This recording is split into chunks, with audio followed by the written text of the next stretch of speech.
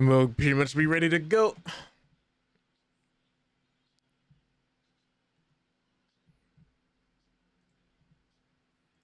Yep. Give me a second here. Okay.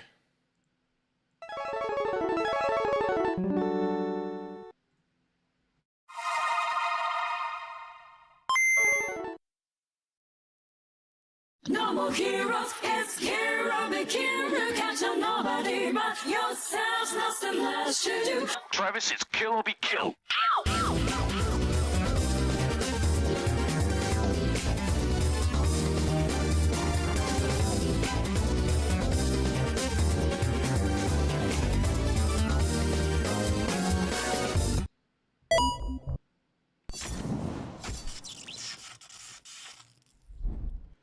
Oof. Appreciate you guys waiting through that starting soon screen. Asher, welcome in. Morty, welcome in. Today we're just going to be discussing a little bit about mental health before we get into the gaming news and Ghost of Yotei. Got kind of a lot to get through, so I'm not going to spend probably as much time as I would like, unfortunately. But we'll see where we're at. But today's subject is going to be on the fact that just like most things in life and some of the best things in life, they take time. Especially when dealing with mental health and dealing with everything that you have going on around you, where, you know, they always say time flies by when you're moving fast, but how it's super slow when you're doing something that you don't want to do.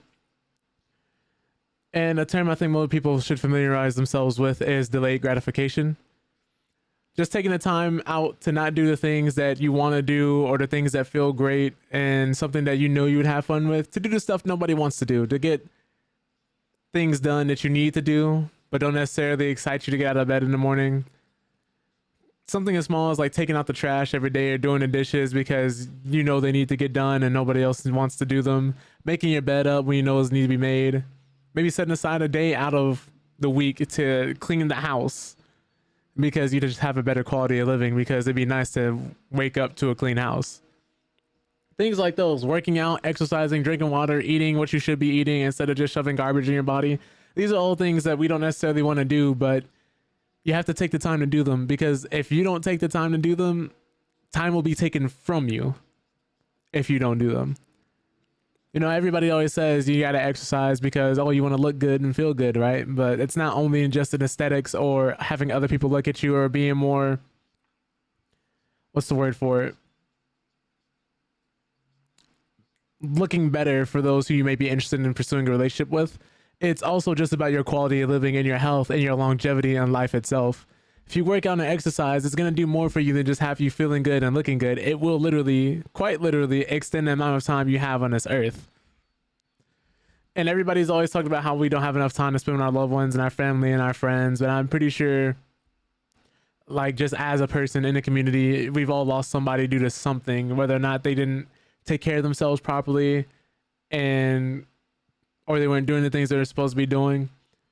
And we all feel bad because we wish we would have had more time with this person. For some of us, if we don't get it together, that might be us in the future. And it's never an easy thing to talk about either, where you know if you're not doing something properly, you know if you're not taking care of yourself and that you should, but you just don't quite feel like it. And you're someone who may want to start doing something different, who may want to be like, okay, I need to change up my routine. And you're like, man, but this is so hard. It's going to take me so long. And you have to pretty much reverse a lifetime's worth of bad habits, bad energy, bad food choices.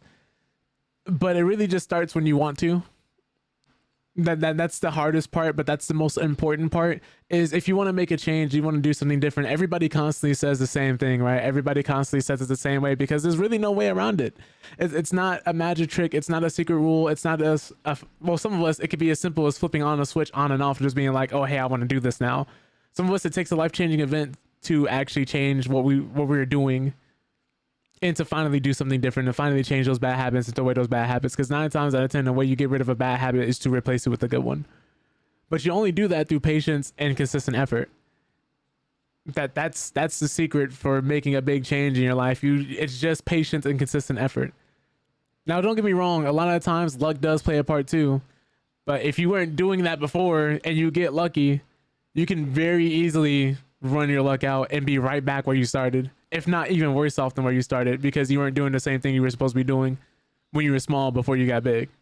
in terms of like being famous, popular, maybe you win the lottery or something. Because we've seen plenty of stories where people who won the lottery ended up spending all the money that they won from the lottery. And maybe they make some bad investments. Maybe they just keep thinking, oh, if I just keep spending the money, we got what, a couple $100 million? It's never going to run out. It almost always does, and almost always will. Best come over here with this is, it took you 3 years to get this big, right? Why you expected to change in 3 months? Yeah, literally. Consistency is key with all. It's something that you have to do. You have to do these things if you want to be in a better spot. You absolutely have to. If you have that voice in your head, if it feels uncomfortable and if it feels like you're not doing something right because you're trying out something new, keep trying it. If it doesn't immediately blow up in your face, if you're not hurting someone else and you have the capacity, the willpower to move forward and keep doing that thing because you know you're doing it, because you know it's supposed to be the right thing, it hurts, it sucks, you're in the right spot. That is the growth period everyone's talking about. It's not some super magical overnight transformation. Almost knocked my Game Informer out the way.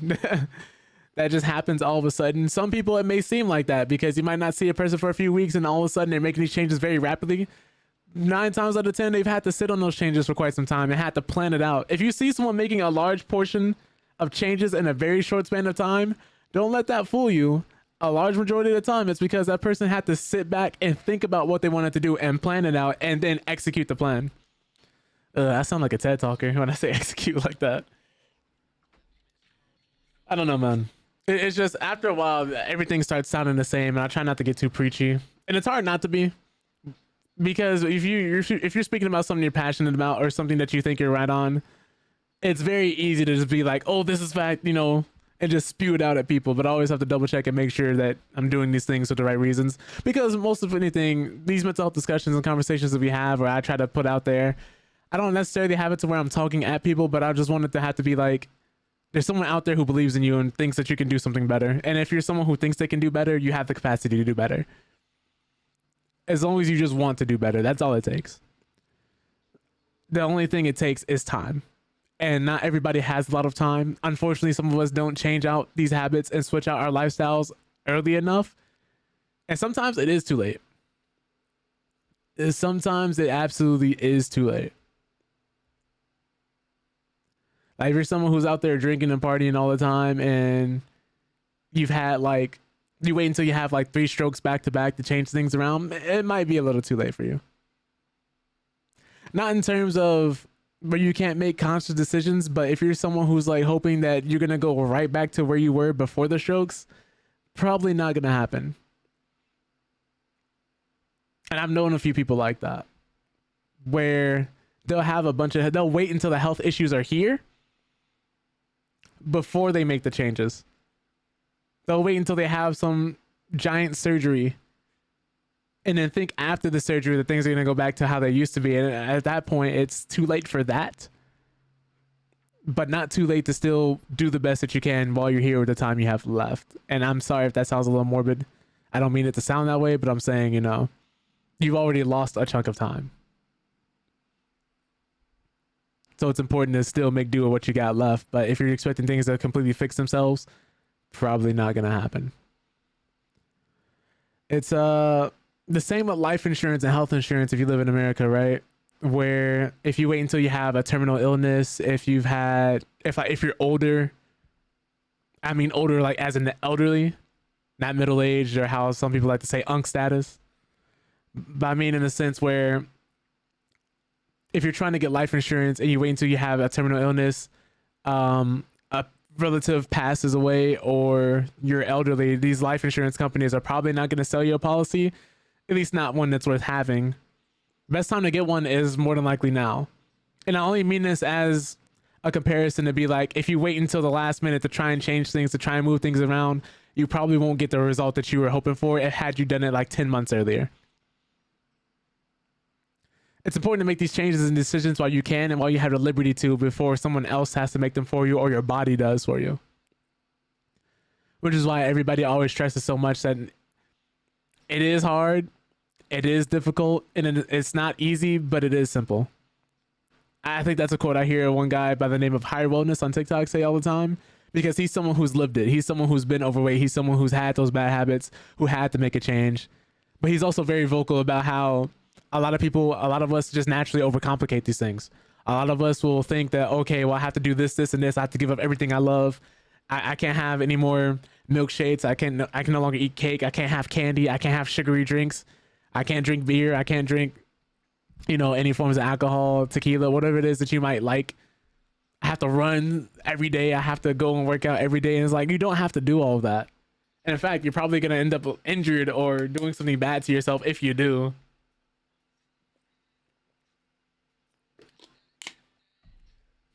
Making a different choice doesn't mean you have to give up everything that you love. It just means you have to make a couple positive more choices than you naturally would have made. Because it's always better to do something than nothing, right? Especially if you're someone who goes to the gym or who just works out naturally. And you're like, man, it's been a week or two since I've worked out. And you have to go through that process where your muscles have to get used to lifting weights again, or maybe running again and jumping rope. It's a lot better than if you're someone who doesn't run, doesn't do any of those things, and you have to start for the first time again, all over again. And it's like the people who they say new year, new me, and they don't stick with it. And if they go through the year, because everybody, every January, February, every December going into maybe around April or May, people are in those gyms. Gyms are always packed. And what happens every time, slowly but surely, everybody starts thinning themselves out. That same person you saw hitting a treadmill hard for the first 2 weeks in January is all of a sudden gone. That person you saw maybe benching every day or doing pull-ups and stuff like that, they're gone. And out of maybe 30 people who showed up, you might have 5 who stay. Because I understand, it takes consistent effort. It's not going to happen overnight. It's something that you have to keep doing. A lot of the people who we see are successful, who have overnight successes or who have blown up in popularity, are people who've been at it for years and years and years. And we're just now noticing them. A lot of times being successful just means you're doing the same things you should be doing for just a longer period of time. Because someone's going to find you eventually. Someone's going to discover you eventually. Something's going to happen eventually. If you're constantly putting yourself in good situations and what's the word for it? Positive scenarios. If you're constantly doing the thing that you're supposed to be doing, I'm not going to say you're going to blow up and be the most famous or popular person, the richest person ever, but you're going to be a lot more successful than if you had done none of these things ever. Not hard work doesn't always get rewarded, but if you want to be rewarded, you should work hard. If you work smarter, not harder, by all means do so. I'm not someone who believes you have to do everything the right way the whole time. I'm someone who's not ashamed to take a shortcut, or not someone who's ashamed to ask for help or know the right people or get in somewhere where I may not necessarily have fully qualified. But once I'm there, I'm there. I am putting in the work. I am doing what I'm supposed to be doing. But I'm never going to say no to someone who wants to help me out. And I don't think someone else should either, just because you may view as if it's charity or somebody's just giving you something. No, everybody needs a little help, whether they know it or not. Before everybody turned 18, and provided they had a stable home, you had parents in your life, you had someone to help you, had someone to assist you. Somewhere along the line, you got help from someone, whether you know it or not. I don't think there is a single person on this planet who could get along doing everything by themselves without having to get help or some type of assistance or resource from someone or something. But who knows? I could be wrong. But again, you never know. But that's going to be the energy of the stream that we're carrying forward. I just want to say that if you're someone who currently is struggling, especially in this current political, economical climate, that these things take time, man.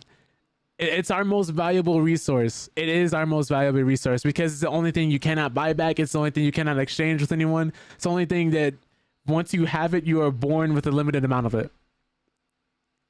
Maybe you can do a few things to artificially kind of extend it, but sooner or later, our time runs out. And some people, that might be depressing. Other people, it's okay, well, I'm going to use the time while I have to make sure I do everything I wanted to do to get everything I've done, to get everything I wanted to do done. To make sure I spend it with those I care about, the people I love, the people I want in my life. And it's why one of my pet peeves is having my time wasted. Because it's not infinite. If I take a date out of my schedule to spend some time with someone and they waste it, I'm upset at that person. And vice versa. I would find it fully understandable if somebody was upset at me for wasting their time, and I'd be so apologetic about it, and I immediately try to make it up to that person. And I think that if we spent our time a lot more wisely, a lot of people would be in a lot better situations, or at the very least have an idea how to pursue those better situations and get to a better point in life. Because most of the time it's just sitting there doing what you don't want to do for an extended period of time so that you can spend more time doing what it is that you want to do. You're going to either sacrifice that point in time of your life at one point at certain distinctions of your life. You're either going to have to let that time go in the early part of your life, maybe like your teenage to young adult years, maybe working hard, building up that solid foundation to the point where you get in the middle age of your life, that middle aspect where you're a full-fledged adult. Maybe you have your own place, or maybe you might be a full-fledged adult, still live with your parents just due to how things are right now. No shame in that. Still trying to keep your head down, do the work, do what it is you need to do, get that far in life, learn more things, experience different things, other aspects of life, learn, grow as a person, teach the people around you some things. Or you're going to have to do it at the end of your life when you're elderly, and you're going to end up spending that time reflecting on all the different aspects and all the different times you had time to do what you wanted to do and what you needed to do so that you didn't have to work so hard now. If we just understand the fact that we're not always going to have time to do the things that we want, but always have time to finish what we need to finish and do what we need to do, I think a lot of us would be a lot further in life. You're going to have to make that time, or that time will be made for you, whether you want it to or not. It just really depends on how much better of a life you want. Unfortunately. Like I said, unless you're a Nepo baby or someone who was born rich, maybe a silver spoon in your mouth, that time is going to be made somewhere. that time is going to be made somewhere. But all that to say is, if you're a millionaire who just feeling a little more, what's the word for it? In a bit of a giving mood. Let me stop. But that's going to be our mental health section of the day. Like I said, I never want to keep these things too long because I never want to sound too preachy or too all over the place.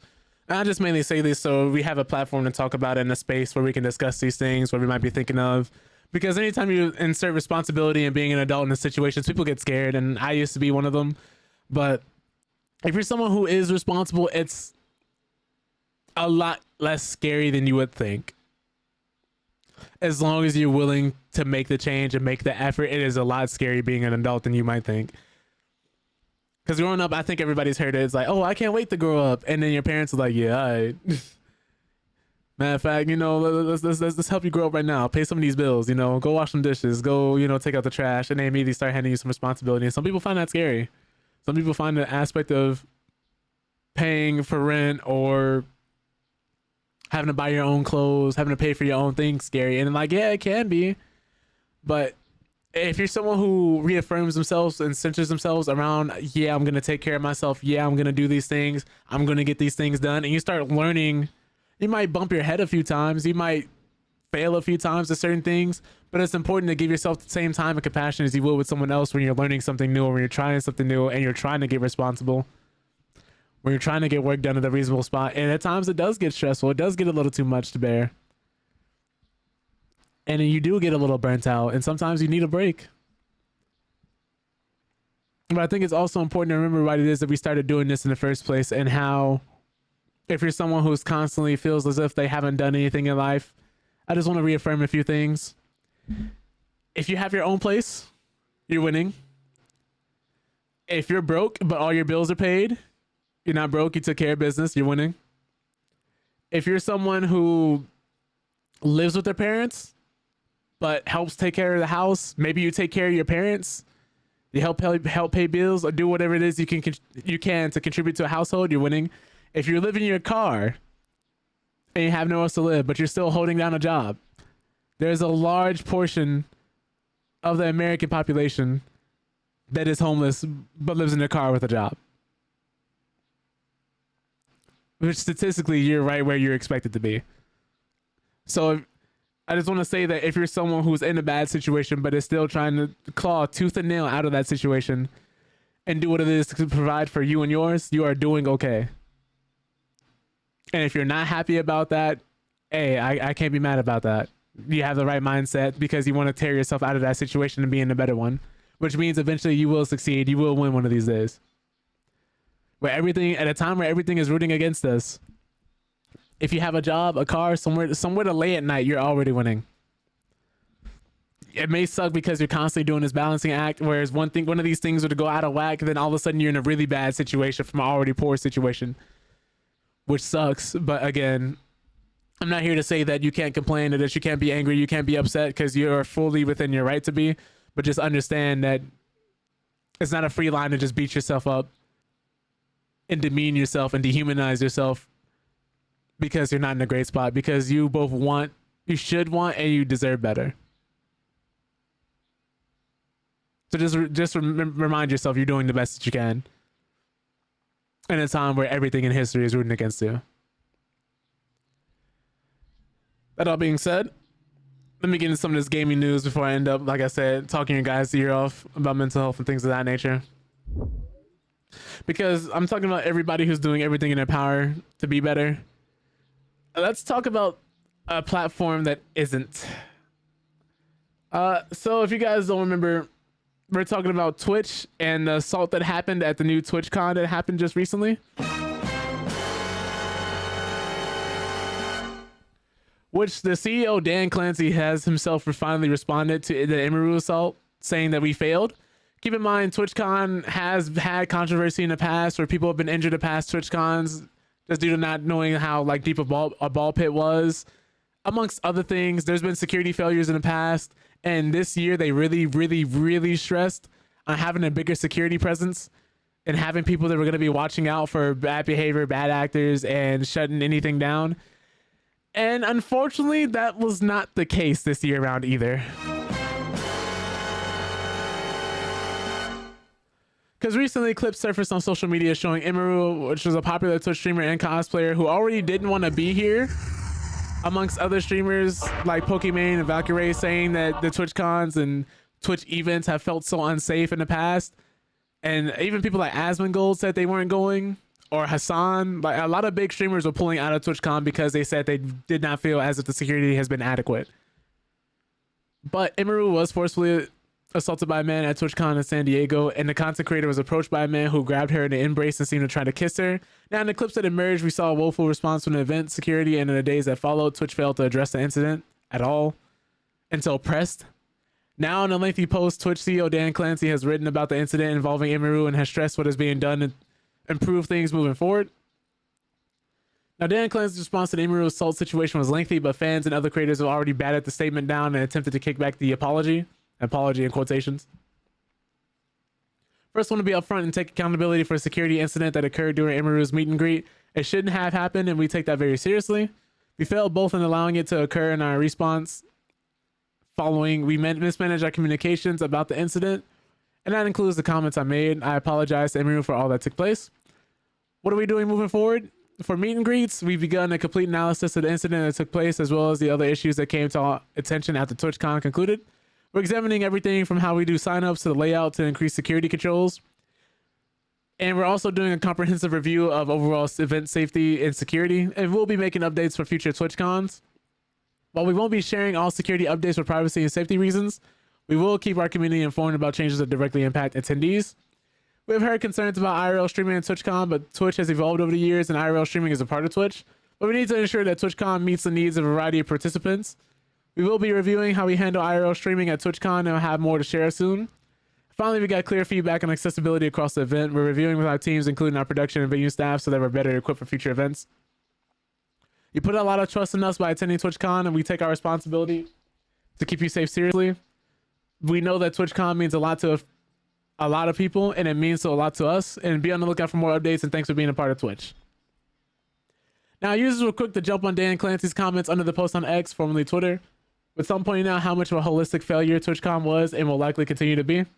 One streamer wrote, "I must pathetically claim that I am embarrassed to be a Twitch streamer." Another was quick to point out similar failings from Twitch, and you're only saying this because Amy's a big streamer and there are a lot of eyes on this. How many smaller streamers have dealt with similar or worse but had their complaints swept under the rug? This is also true. There's been a lot of streamers that are big and small who just had horrible experiences at TwitchCon. Not saying it's been a thing across the board for everybody, because there are some great people who do go to TwitchCon every year and say that they have a good time, that things are fine for them. But there's also a lot of people who are on both sides of the fence, who those did not have a great experience, those who have experienced something similar, if not a lot worse. and had nothing done for them because they didn't have a big enough platform to make us think about it. And it's just unfortunate because these are all the same things Twitch was saying before about having better security and that they were doing it and increasing the presence, and that just wasn't felt here at all. Keep in mind that if you've seen the footage, I'm not going to show it on here, but if you've seen the footage, this guy walks completely past the line. No one stops him. No one asks who he is for the meet and greet for Emiru, and is able to go up and hug her against her consent. And the security she hired, because keep in mind they banned her last security guard. The security she hired had to be the one to stop this. So we'll see. We will see what happens. But another CEO was a little more well loved. The Helldivers 2 CEO says performance will take many more months to solve. If you guys don't know, every time Helldivers 2 has had a big update recently, the performance has been getting worse allegedly. A lot of people have been reporting performance issues, drop frames, tons and tons of other problems and issues.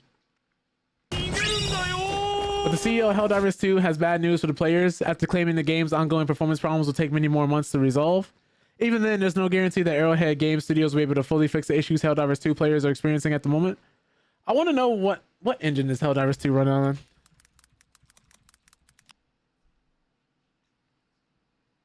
Built on BitSquid, which Autodesk acquired and rebranded as Stingray. Okay. I was really wanting to make sure it didn't run on Unreal Engine, because I was about to say, what's the thing with Unreal Engine and dev stuff not being able to like run it properly. But this is an Unreal Engine issue. This is BitSquid issue. But Arrowhead Game Studios has already addressed these concerns a few times, as its position has always been that the performance will be solved over a long period of time, rather than one performance patch that resolves the issues in one fell swoop. However, the longer the performance problems remain, the more frustrated players become. If you're working on this game, you have to really feel for the developers, because at one point you have this giant swing of momentum, and then Sony halts your momentum by requiring people to have a PlayStation Network account. And so then eventually it stops your momentum. A lot of people boycott your game, say they're not going to play it because people who bought this game in so many other countries now couldn't play it due to requiring a Sony online entertainment account. So once they fix that and scrap that, then you had the big patch that nerfed a lot of weapons and made enemies feel a lot more bullet spongy and made the game feel a lot less fun, to the point where you had optimized loadouts where people were kicking you if you weren't running certain loadouts. And now that they fixed that, now you have just the performance in general dropping. So they can't win. They can't win. But over in the game's Discord server, Arrowhead Game Studios CEO responded to a player asking about a potential Helldivers 2 performance patch. It's bad news, with Giorgiani stating that performance will take many more months for works to even get a more meaningful improvement. Those hoping for Helldivers 2's performance to see noticeable step forwards anytime soon may be waiting a while yet. Drink some water. Although this may not be the news players want to hear, it's refreshing to have the CEO developer speaking so directly to fans in the Discord server. Now, as we said before in past articles, he frequently responds to Helldivers 2 fans on Discord, giving them updates on the live service game's ongoing development. And the nature of the game development, this isn't always going to result in great news for fans. Regardless, it doesn't seem like Helldivers 2 is going anywhere anytime soon. Last month, Giorgiani confirmed that there's currently no plans for Helldivers 3. And the plan is instead to continue updating the current game for as long as possible, even comparing the game to RuneScape. Helldivers 2 might be in a tough moment, especially in regards to its performance, but no doubt will it bounce back with more great content in the future. So that's cool. Let's see what else we got here. All right. So... I'm sorry, not Helldivers 2. I'm about to like read the article on my mind. I gotta catch up mentally. Xbox will apparently not be mandating the use of AI. This is confirmed by Phil Spencer. Phil Spencer has revealed that there is no top-down mandate to use AI for Xbox, which is a nice change of pace from other companies who are becoming an AI branded first company, like Krafton or EA. I'm gonna say EI. EA, where they're having more and more people in their company use AI.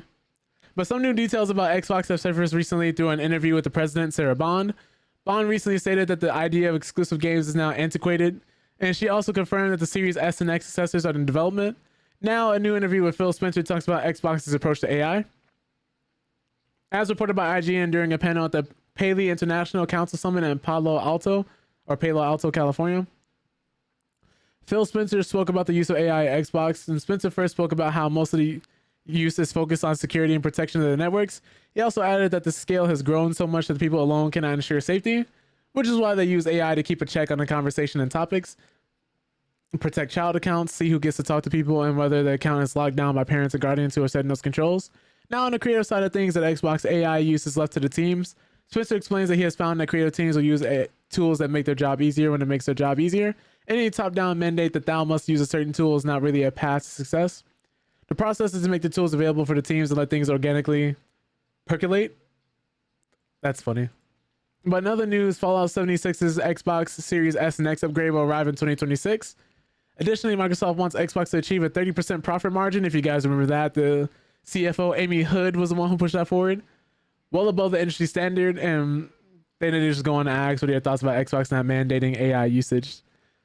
I mean, I think this is a good thing, all things considered. But what Xbox has been doing, I think they need some positive PR right now due to everything they've been doing, from raising Xbox game prices, Xbox Game Pass prices, trying to raise Xbox game prices where they tried to release the Outer Worlds for $80 and they had to dial it back to $70.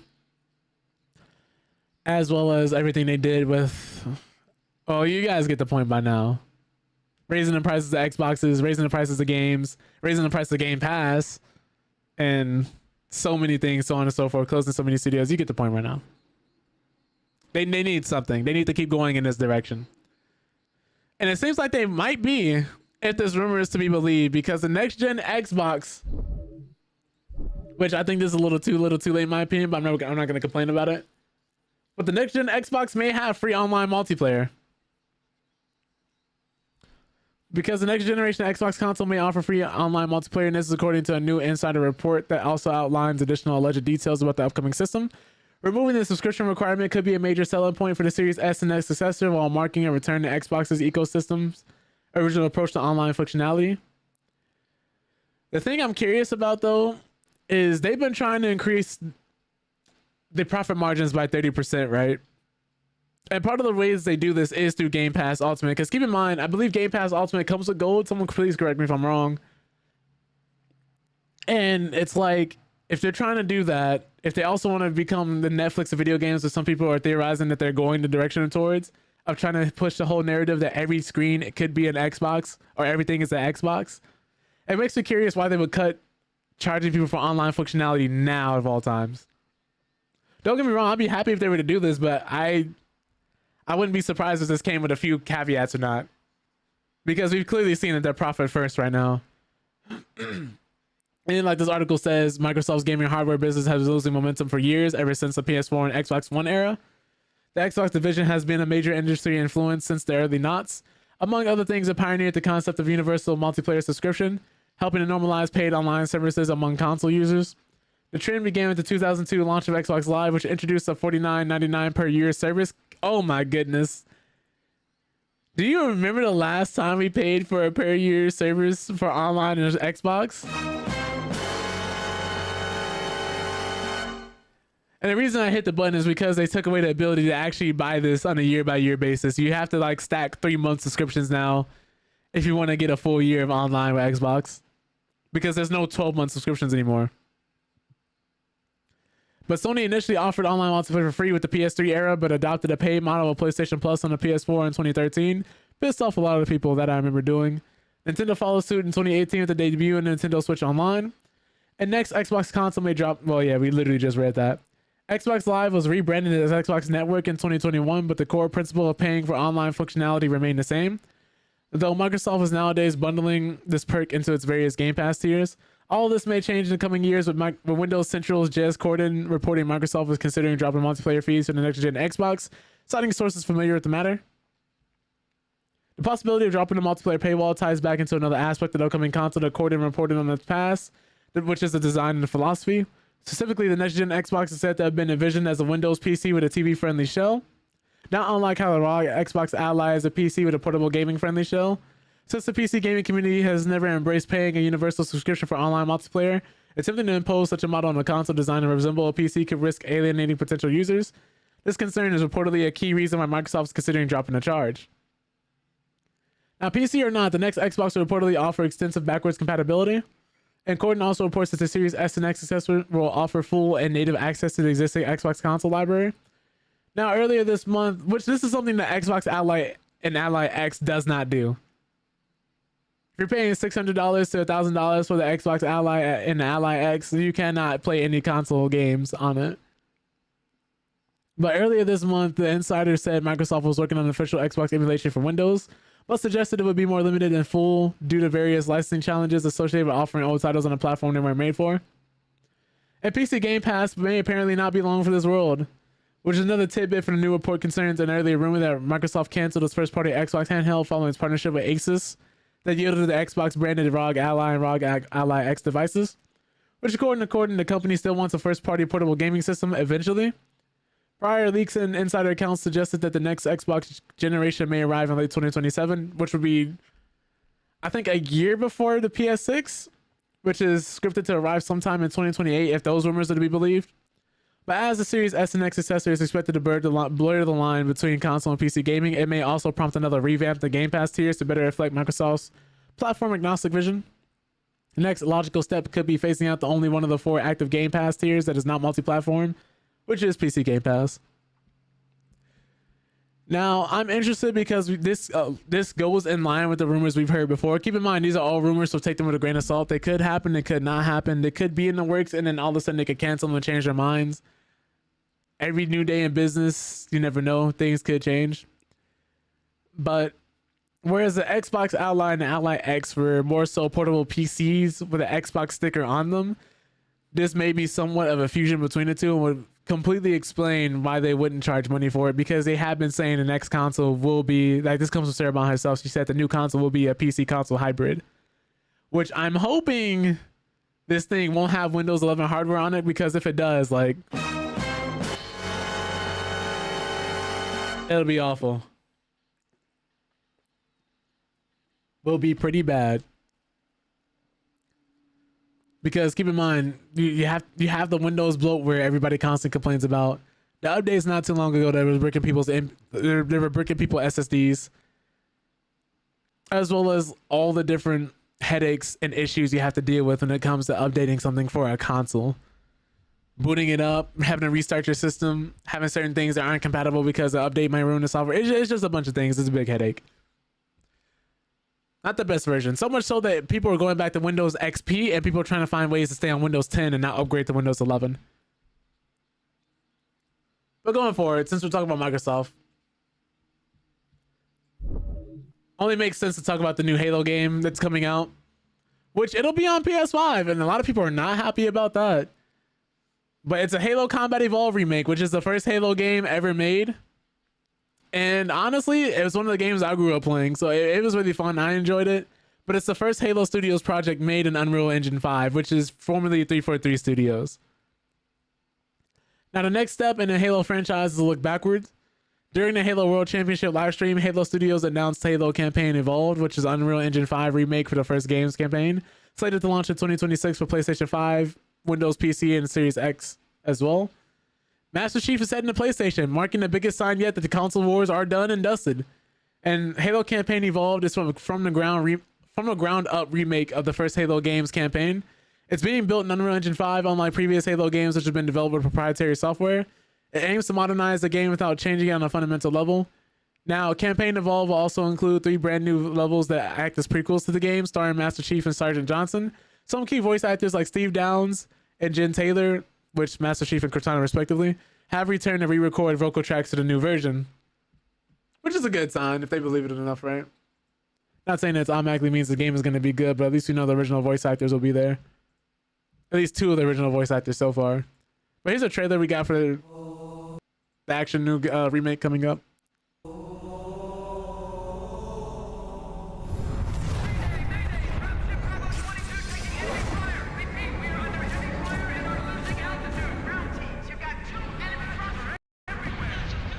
According to the data in their networks, the ring has some kind of deep religious significance. They call it Halo. They believe that Halo is some kind of weapon. What sort of weapon is it? One with unimaginable power.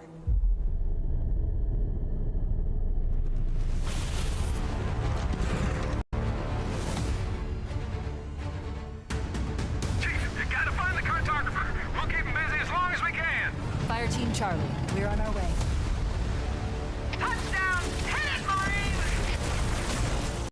Hold on, why does it look like this? Let me make sure it's playing at the top quality. I don't know why it auto sets to 480p.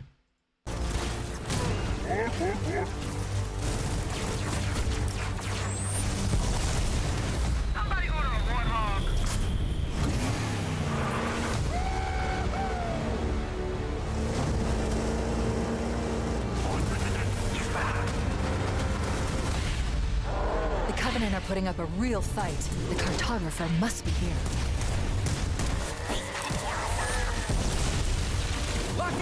Seems like so far those things are intact. Give them hell, Chief.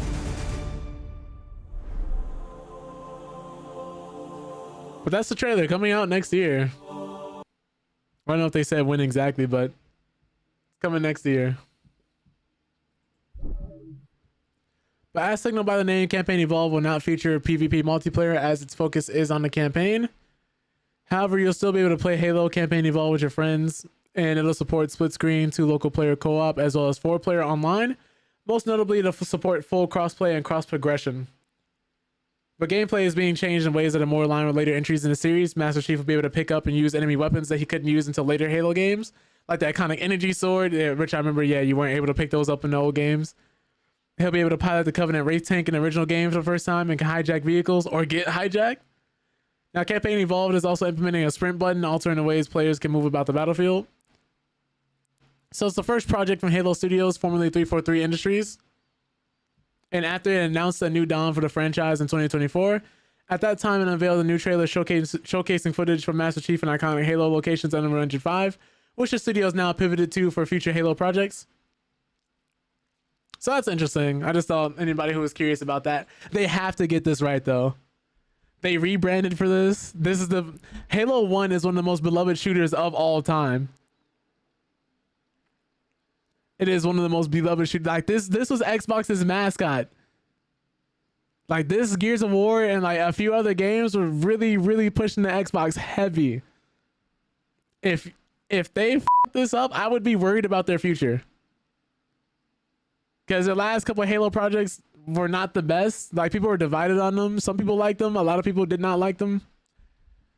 But Halo Infinite mainly being one of the ones that had a really good base and foundation. People, you know, kind of like the campaign. The multiplayer was where everything was really shining. They got the hard part right by nailing the multiplayer, but then they fumbled the bag with the lack of post-launch content, which a lot of people are not happy about. So it is imperative that they get this remake right. Because if not, a lot of people are going to turn their backs on them if they can't get it right. But I know they'll have sprint. I don't know if they'll have a dedicated sprint button. So that'll be interesting. We'll have to wait and see on that, Morty.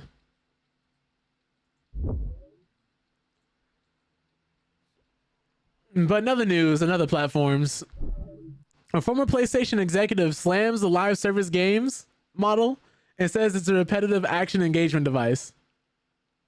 Now, this comes from a recent interview from former PlayStation executive Sean Layden, who went in against the company's pivot to focus on live service games, which if you're familiar with Concord, Destiny, and a few of the games Bungie, like not Bungie, Sony's trying to do, which I guess speaking of Bungie, Marathon.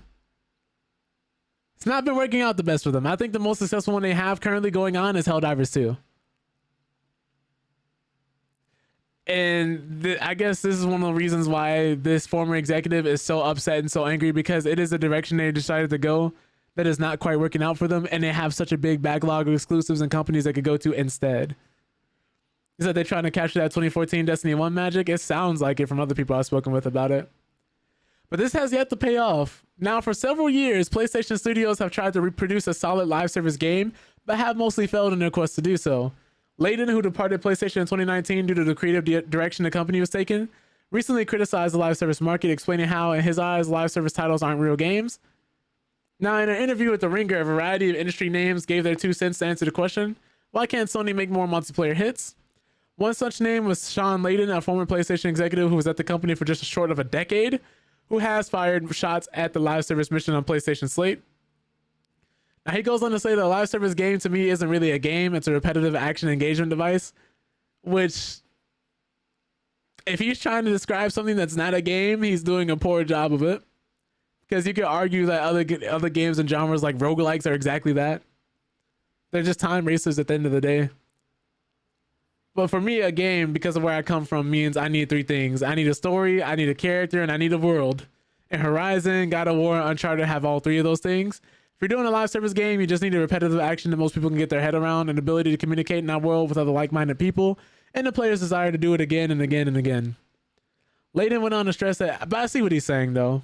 You don't have to put as much effort to make a full-fledged product before people will give you money and just spend it doing the same things over and over. You don't have to give them a full experience, which I much rather would have him say that, because I feel like people would be able to easily misinterpret this. Not even misinterpret it. It's just we had to take what we were given. But Layden went on to stress that every developer successful in the live server space found a winning formula 5-6 years ago.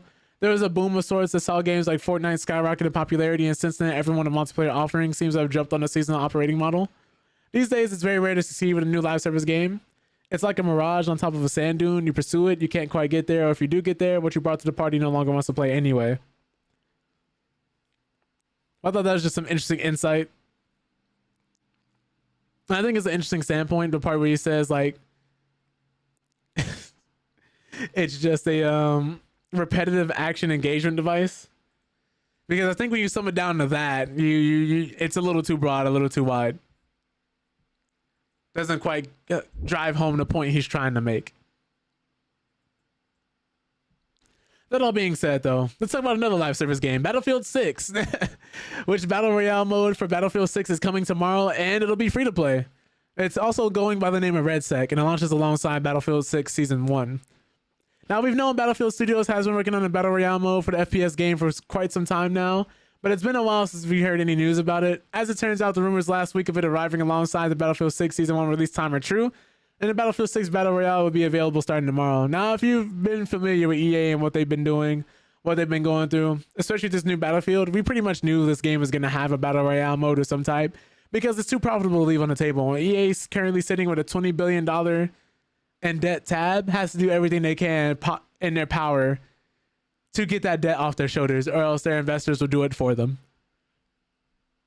This is why going private was probably one of the better things and also potentially worse things that happen to them. I hope they learned from the first try they attempted. Yeah. What's up, Shaggy?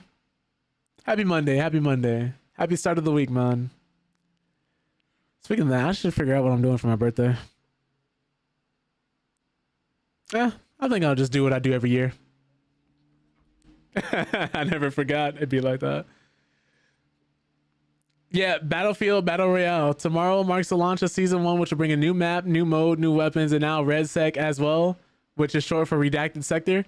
The embedded trailer above will go live alongside launch, giving players a taste of what to expect. And I think the trailer drops in, 19 hours from now? Biggest news is that Battlefield RedSec, much like Call of Duty Warzone, will be free to play, so you don't need to own Battlefield 6 to play. Some players have played early versions of the mode already, as Battlefield Studios ran playtests in Battlefield Labs. Their series' most ambitious community collaboration, and feedback on the subreddit was very positive. But Reddit user Dimension Forsaken's impressions are that the adrenaline rush when facing another squad can't be found in any other Battle Royale. It feels like life or death, and you actually care if you die or survive. Meanwhile, Reddit user Logic said that despite being a snob beforehand, they're all for the Battle Royale after playing it. Of course, the mode may have changed over the last month or two in terms of balancing and pace, but early signs are strong that RedSec could be a true Warzone competitor. Here's hoping the best guns Battlefield 6 also apply to the Battle Royale. So he threw eggs at me all day for his B-Day and told me it's my day, let me have this. That's funny. But that's one of the new modes. They're dropping a bunch of different new modes, but RedSec is one of the big ones. A lot of people who didn't like Warzone or didn't like certain battle royales would probably be more inclined to try this one because it's Battlefield, a little more grounded, a little more realistic. We'll have to wait and see how it is. I don't know if this is the one where the gas will touch you. If it touches you, you die instantly. Like, I don't think you tick. I think it's just straight death if the gas hits you. Hope the battle royale reads out some of the KD sweats from the main game, getting more back to objective focused players. Yeah, I never understood why people try to pad their KD so much in Battlefield, because it does not matter. I've seen people drop 50, 60, 80 kills and still lose. But yeah, I think that's the thing about the gas. If I remember correctly, I was reading an article where it will kill you in one hit. Now, I don't know if that'll remain the case, or we'll have to wait and see.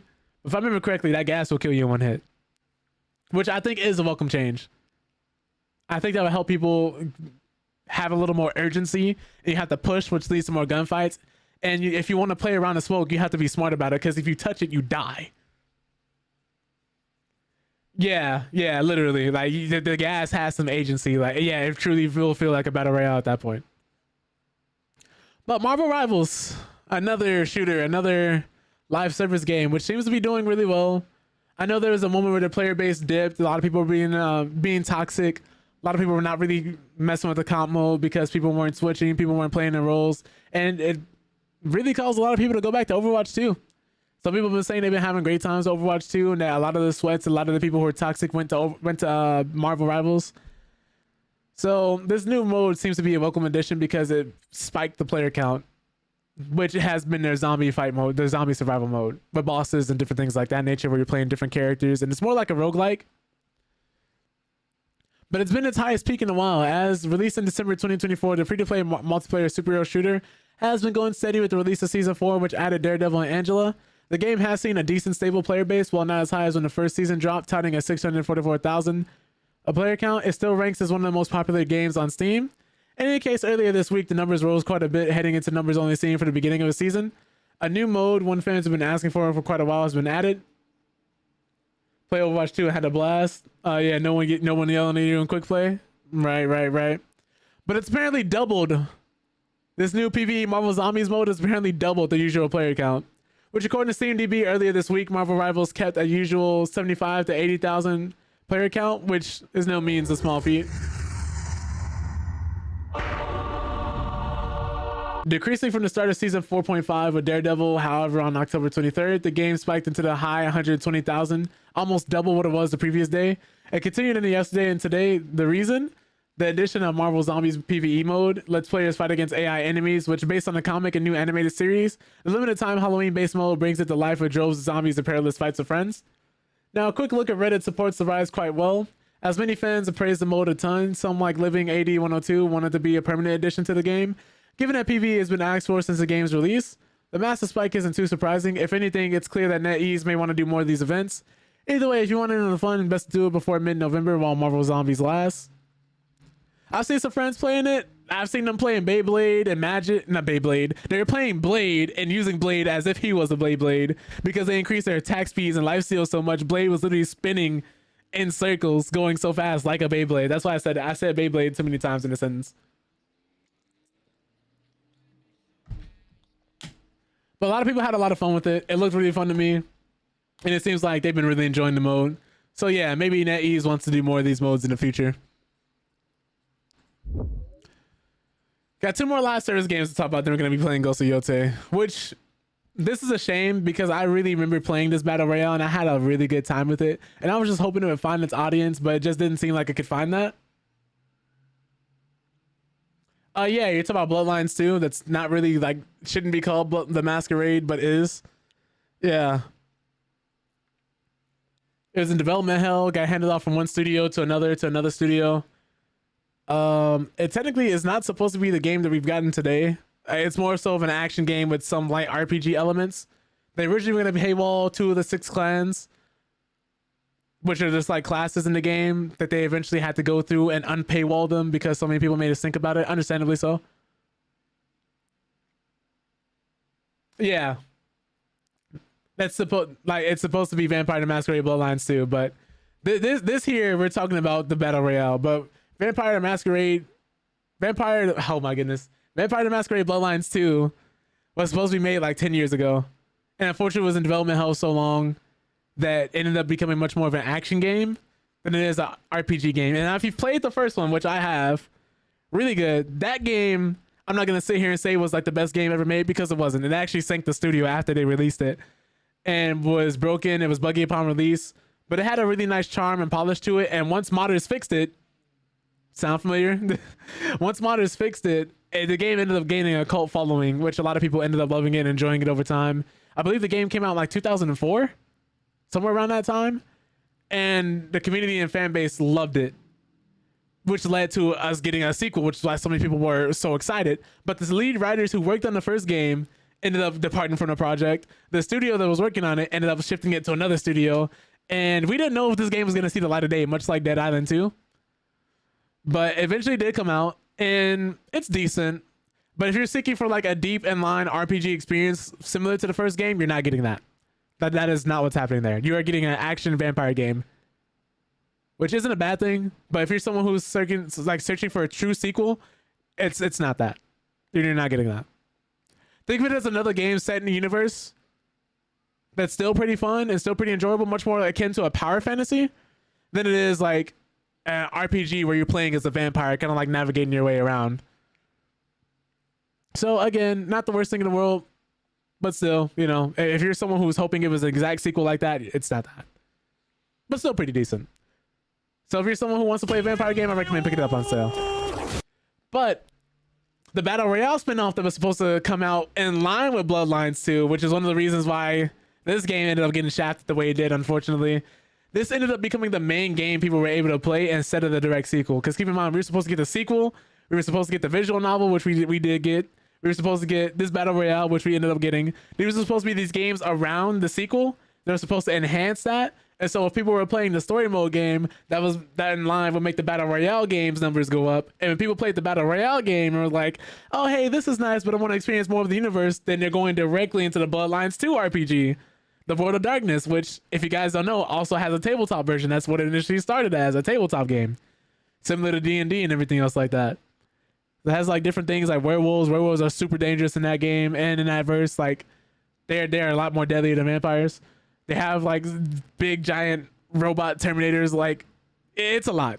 It's a lot in this universe. I'm gonna end up going on a lore rant if I try to describe this to you guys, and I need to do some more studying and brushing up on the lore myself. But anyways, Shark Mob has announced the imminent end of Vampire the Masquerade Blood Hunt, which is a free battle royale with a vampiric twist. Now, the game launched in 2021, but was sunsetted in a way in 2023 when the team announced it would no longer be providing updates to the game.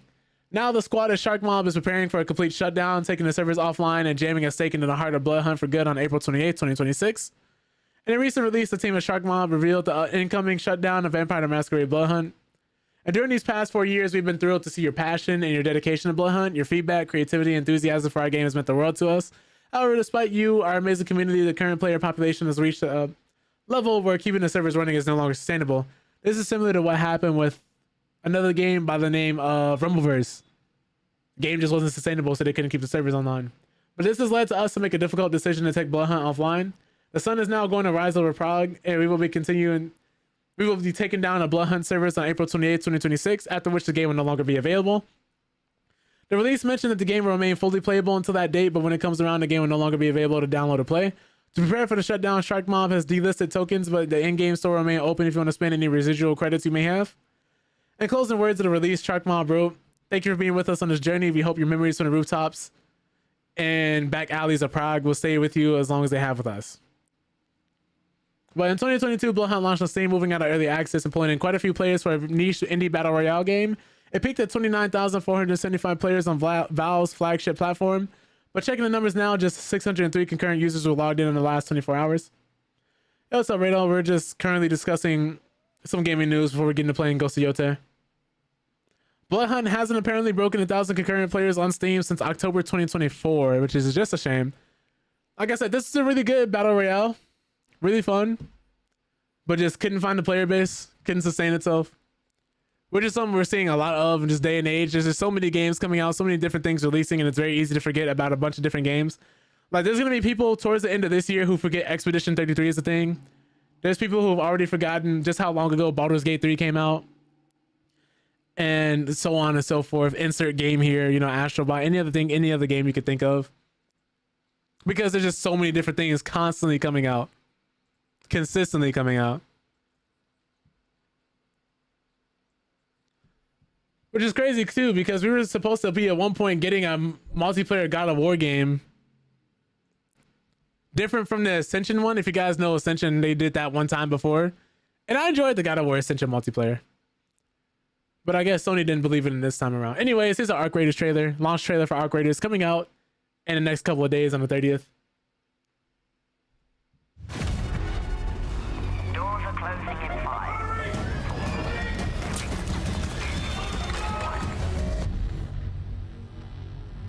Same studio that made the finals, by the way. They said the world above had ended. But endings are only for those who forgot how to begin again. So you learn to listen, to move quiet, think fast. You're right about that one, Morty. Be ready to change your mind. Much appreciated for the like, John. The roads are twisted. The rules are gone.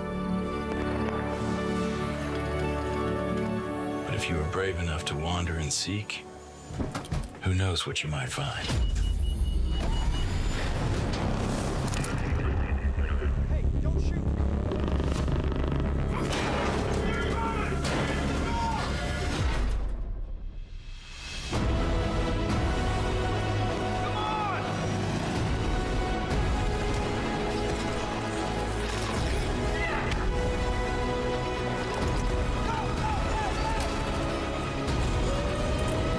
Game looks gorgeous.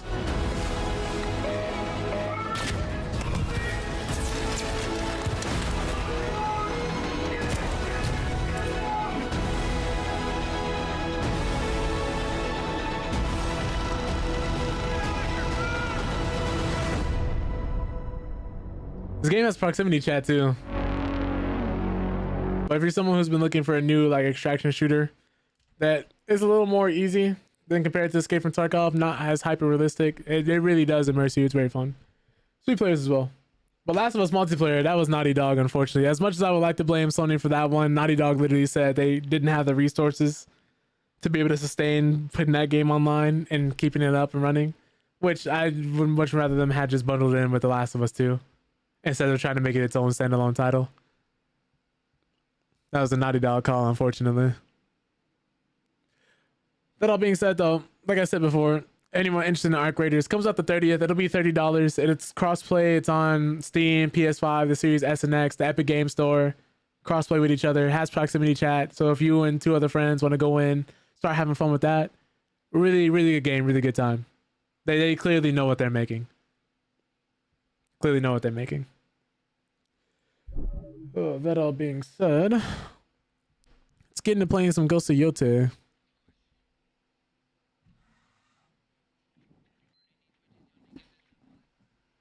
But yeah, I would have loved The Last of Us multiplayer because I played the first one. The first multiplayer was really good. Really good. They had something special there and they just chose to stop doing it. I don't know why they tried so hard to make it a standalone title. Would have been much more beneficial to do something like how they did with Uncharted. Before I switch screens, let me log in, do a few things.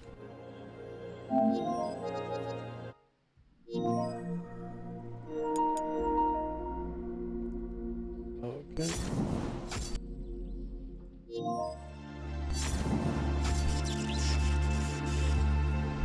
Oh, not the time to play the finals. Every time I turn on my PlayStation, something always needs to be updated. I just had it on yesterday.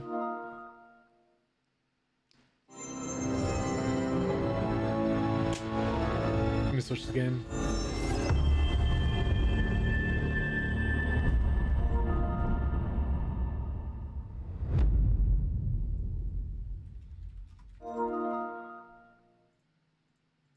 Hope you guys all having a fantastic Monday though.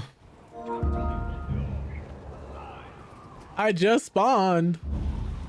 For those that don't know, the last boss we beat was the Kitsune. Now we're going after the Oni. But first, we're gonna take this path here. Actually, let me just travel to the end.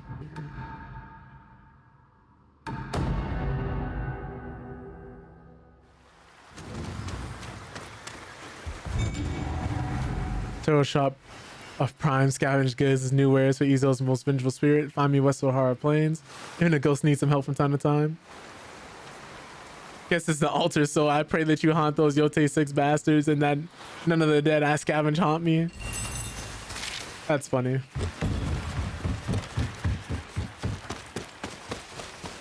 Actually, you know what? Do I need to upgrade any of my weapons?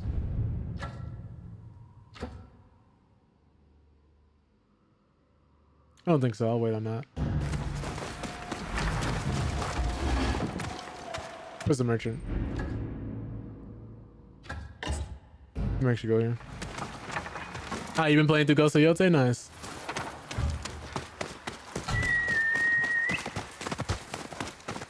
How'd you enjoy it? Oh my god. I need to find the Oni. He's in... Did I not track? Oh, you know what? I think I'm also playing audio through my TV. I am. Oh, TV. I mean monitor. Ishikari's playing.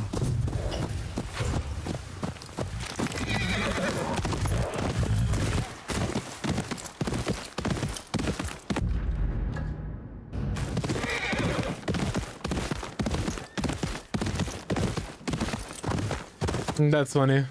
I guess that's a good problem to have. I'd rather watch something be too short than too long.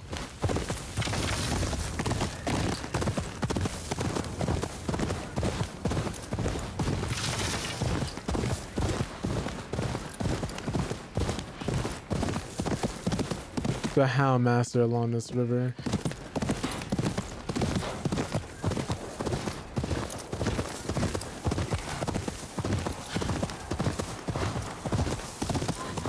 Another one of Hana's farms. No one seems to be home. Oh, did I accidentally come here?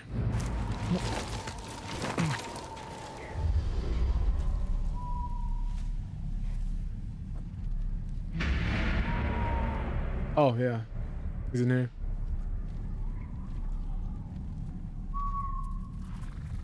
That's true. I guess the situation I compare it to is like the God of War Ragnarok situation. The God of War Ragnarok was really good too, but a lot of people said it was too short and reused a lot of different assets because it's kind of, I guess, different to have to go through and make a revenge story long. Because, you know, you got to experience Jin Sakai's journey and like the whole war, so you had quite a few different aspects the story could have went in. Though, yeah, they could have also added some other things in here too.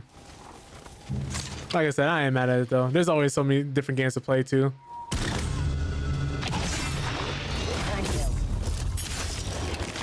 Oh, so now everybody sees me? Oh, it's because he saw me too.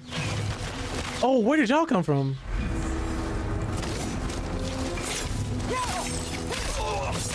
Lasta is gone. Yep.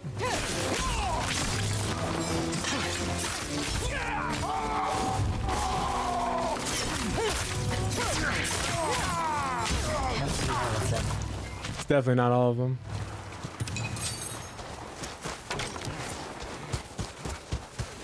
One of them's still alive. I'll come back for him later.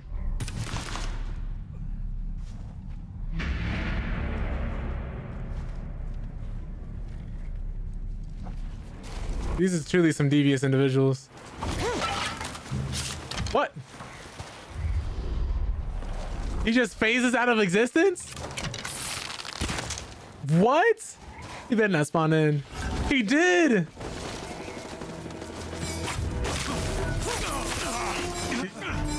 Yeah, you're right, Morty. Ghost of Tsushima was the better game.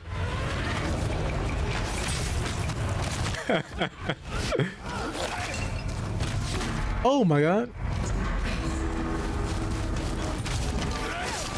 That's so crazy.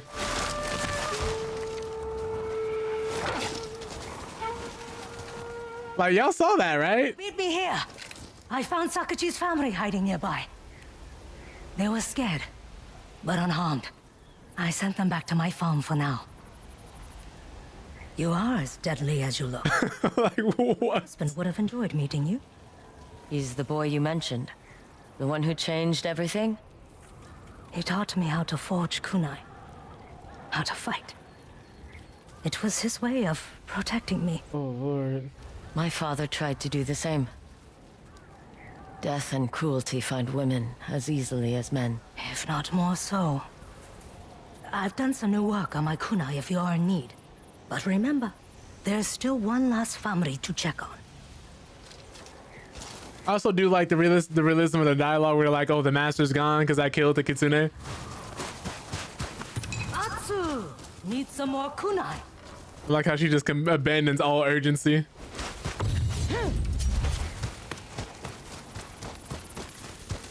Is that other guy dead? Did he die? Did he bleed out? Or is he still here? He bled out.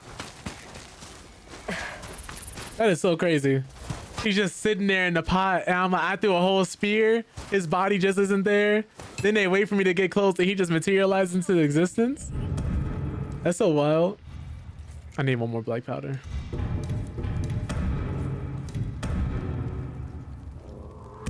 Take it.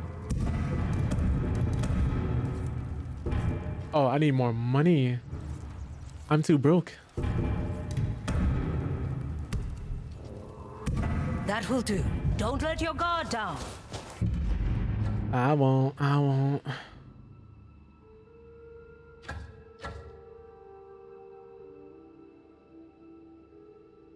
Last seen in the mountain pass southwest of Toshi. Yeah, so we'll just keep going this way.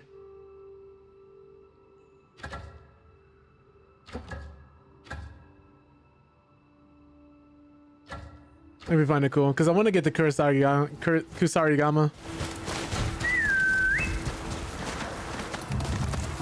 I don't know why I want to try so hard to say Kurosakigama.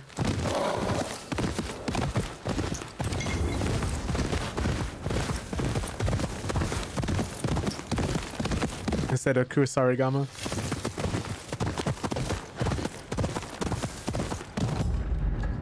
We're going here. This is a black dye house. I'm going this way just in case I run into any of the bounties, and then we're gonna make a hard right, go do this quest, and then go after that Oni.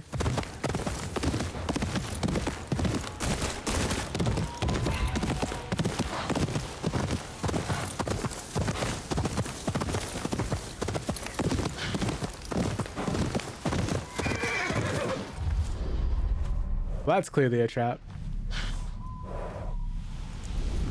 Does nobody normally see this? I would have seen a line and been paranoid normally anyway.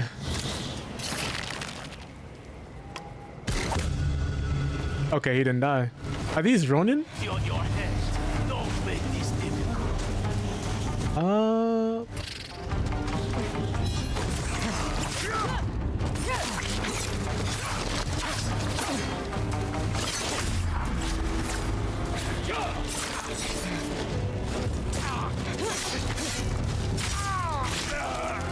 Oh, it's cold. Oh, I missed.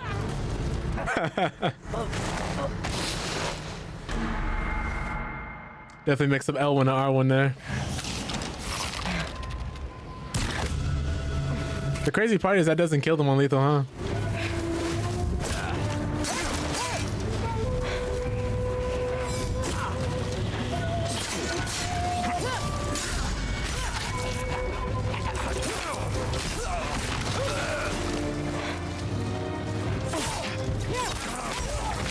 Could you be the one killing Scythe? I absolutely am. The Yotei 6 wants you dead.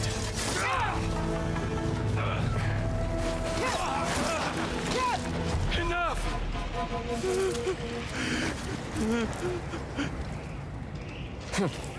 Start. Oh, I am freezing. Tell me about the Saito brothers' feud with the Odachi Master and Tokachi Range. All I know is they want him to suffer. Please, I'm dying. Find him. His doges near Horosaru Falls. But you better hurry. I can't skip the dialogue. Aren't known to be patient. Get out of here.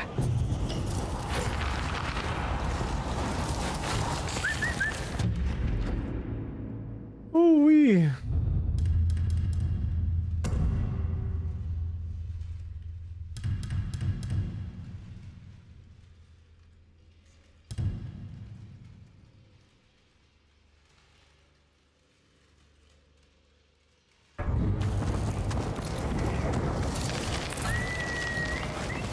Over here, boy. Let me go down the mountain real quick.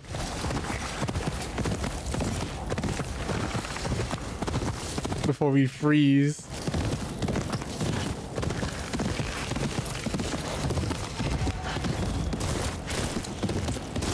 Oh man. All right, now we can go back up.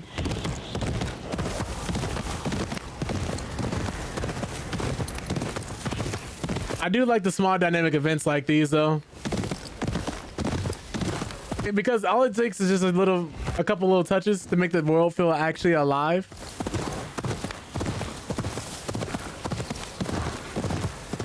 Because you're like, oh, there's a bounty in my head, and if nobody ever came for my bounty, I'd be a little disappointed, because I'm like, what's the point? Ooh.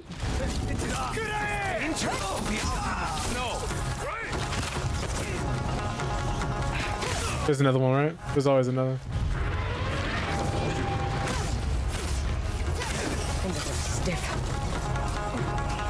Oh, he's running.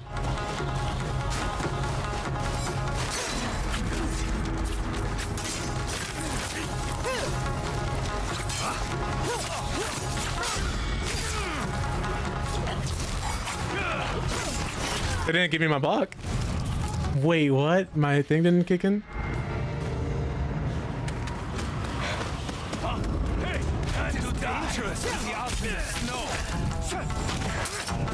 I wonder if he uses the same moveset as everybody else.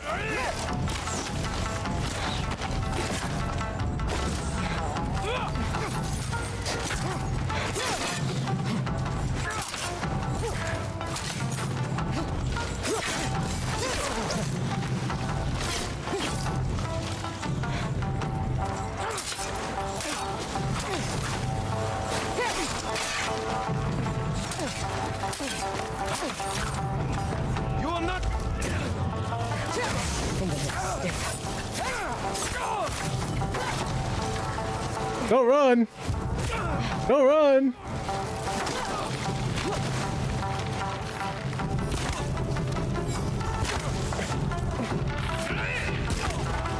Oh, they're human shields. Oh, wow! He just cut me up. I didn't even get a chance to block there. What was that? Here.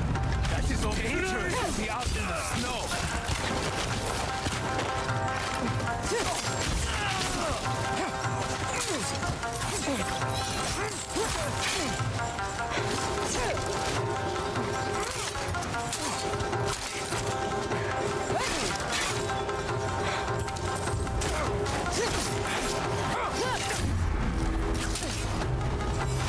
Fingers are stiff.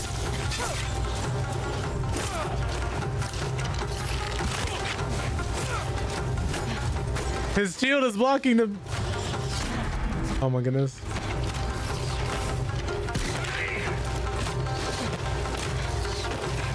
I didn't realize they'd come to you.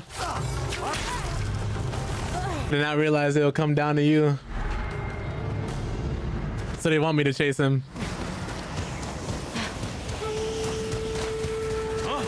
Let's see you fight. Dangerous to be out in the snow.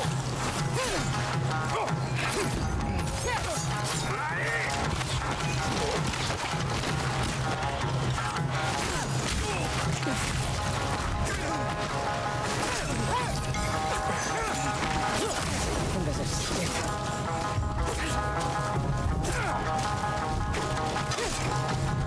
Alright, where's the other guys at?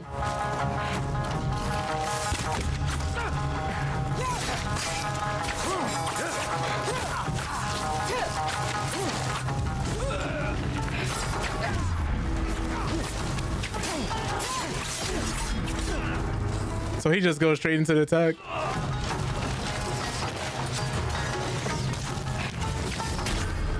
She didn't throw down a smoke bomb in time.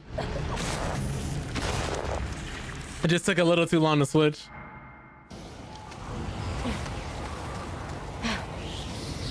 That was just a bad time on my end. A rider and dead horses. The work of Snowstorm Katagiri.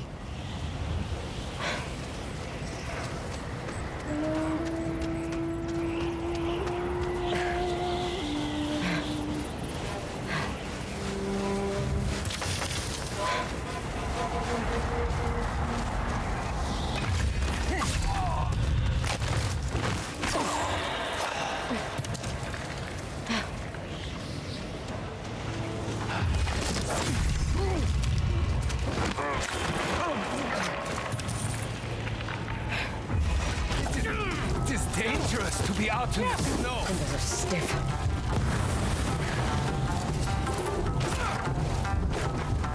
Oh my goodness, this shield in his back.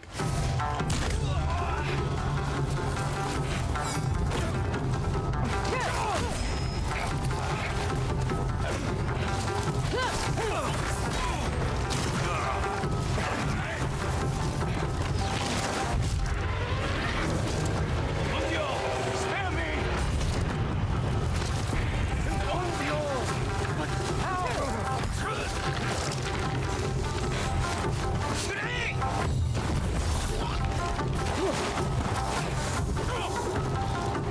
Going by the fire. They knew we'd more than likely want to be here. Fight by the fire.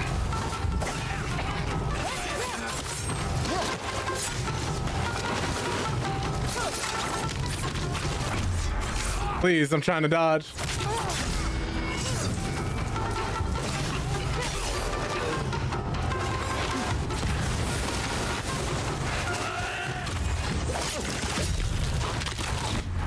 Please, I'm actually in the middle of an execution.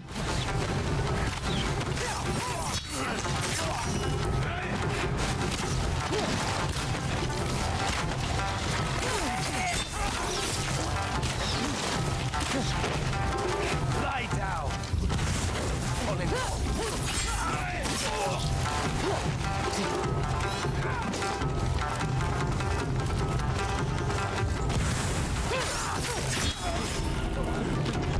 Yeah, I actually forgot the actual input for it.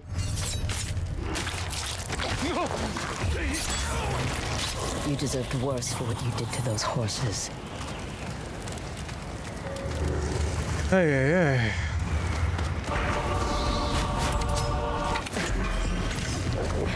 Oh. Whoops. Thanks for that.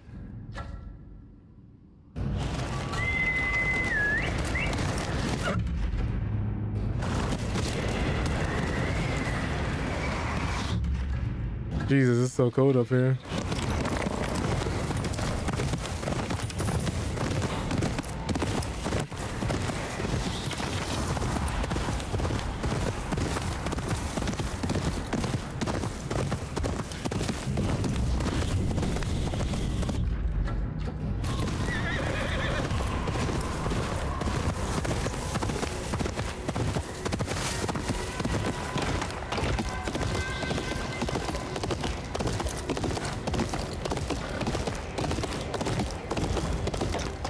Oh, sake house. To make it to next spring. Watch where you're going. Blinded. You walked into me. Ah! My eyes! It will pass. Now get out of here. Hey, yo. I heard you walk in.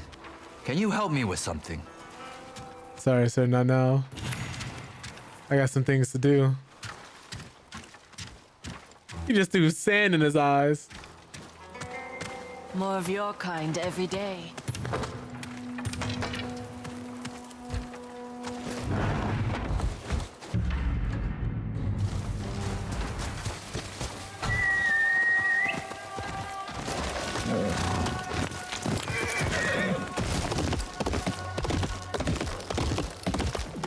I'd be so mad. Somebody just threw smoke in my face like that and I just had to leave.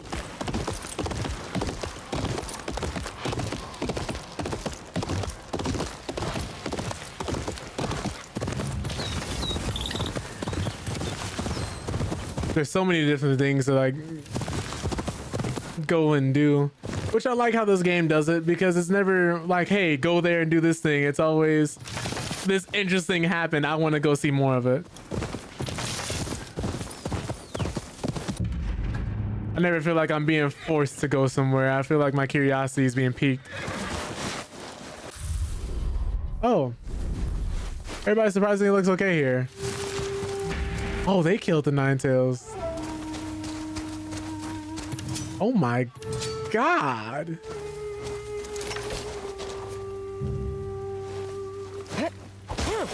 Oh.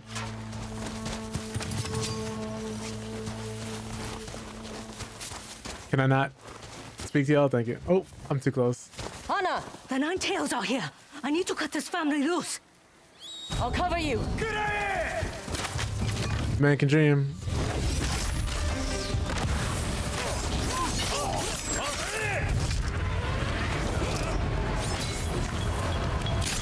C'est the ONI!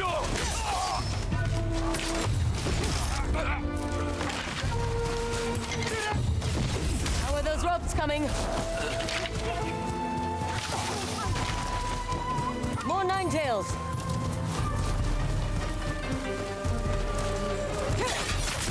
Oh my god.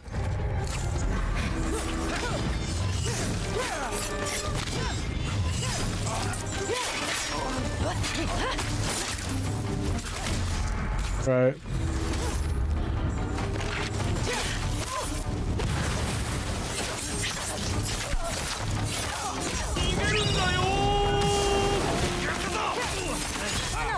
That's gonna hurt. You can hit a person's throat with a kunai, but can't cut a piece of rope. I heard that. Just hurry. Where are the rest? Oh, there they are.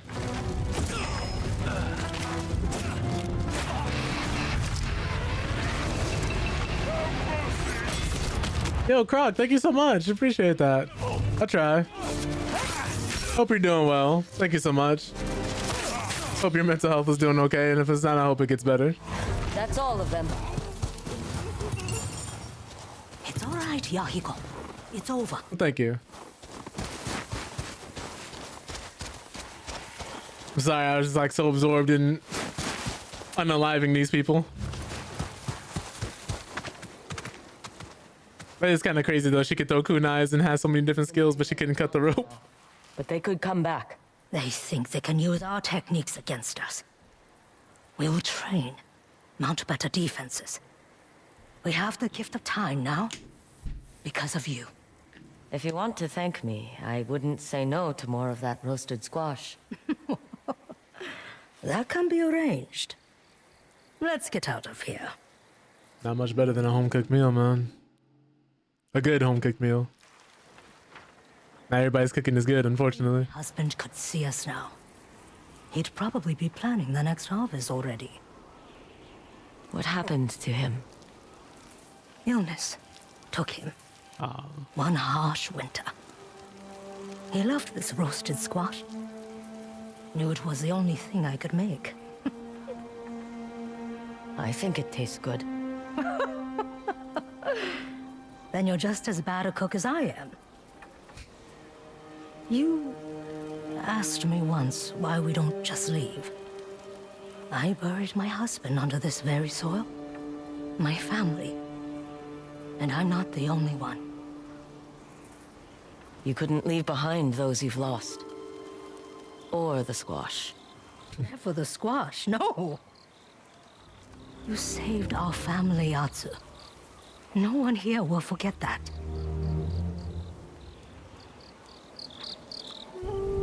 Very nice. I do like the grounded conversations and the way they roll the side quests into just like what you do naturally. I do like it better here than in Tsushima. And the side quests were really cool, but they felt more like movies. And like you were going out of your way to do something that was kind of disconnected from the experience as a result. I'm not looking for trouble. It's good to see you safe. Did you bring materials? Ah, this? Okay. Always good to see you. Pretty much upgraded all our projectiles and things then.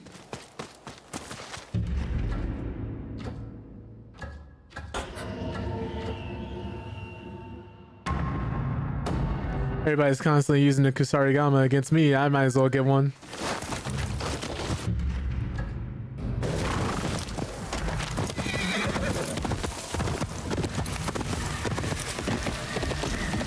I think I'm heading the wrong way. Yeah. It is just very nice to sit back and play a game like this though. An open world that actually feels like a world with living, breathing life in it.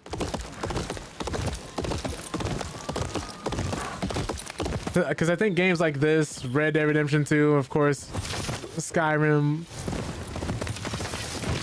they all have these different dynamic events that could just happen as you're going through them, and different things you could just kind of stumble upon. Different things that happen. It reminds me of even some of the older GTA games. Like, I don't know if you guys remember like games like Vice City or GTA 3 where you could, or San Andreas even, where you would just be chilling and you could get carjacked.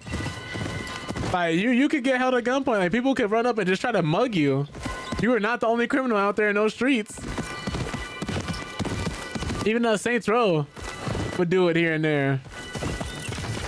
I really like when the world wants you to buy in and sells you the fact that, like, yeah, this world is open. You are not the only one actually doing things here. A lot of CRPGs are good at that.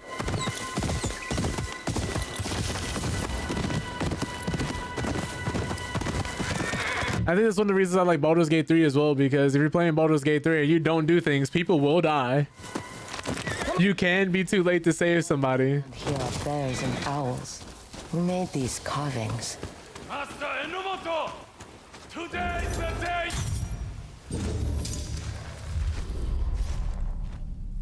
I guess he heard me coming.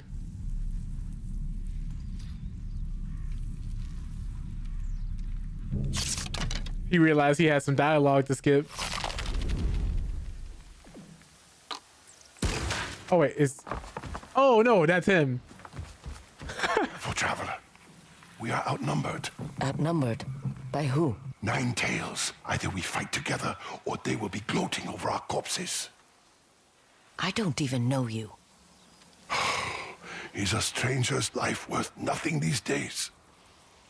All right, fine. No one's gloating over me. This way, through the brush. He took care of him so fast. Keep looking! He's around here somewhere! He just got double assassinated. We just Rasputin that man.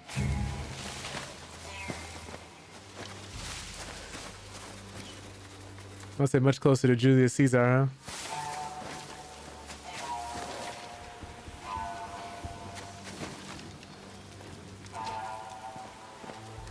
Nah, I'm pretty sure my arrows don't kill in one hit on lethal with this bow, and I've upgraded the bow.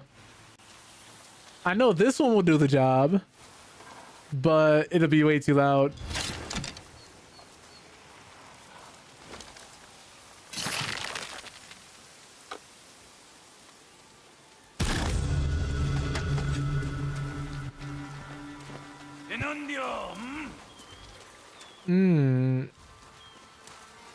Well, they clearly know someone's here now. What's this? I couldn't resist. I couldn't resist.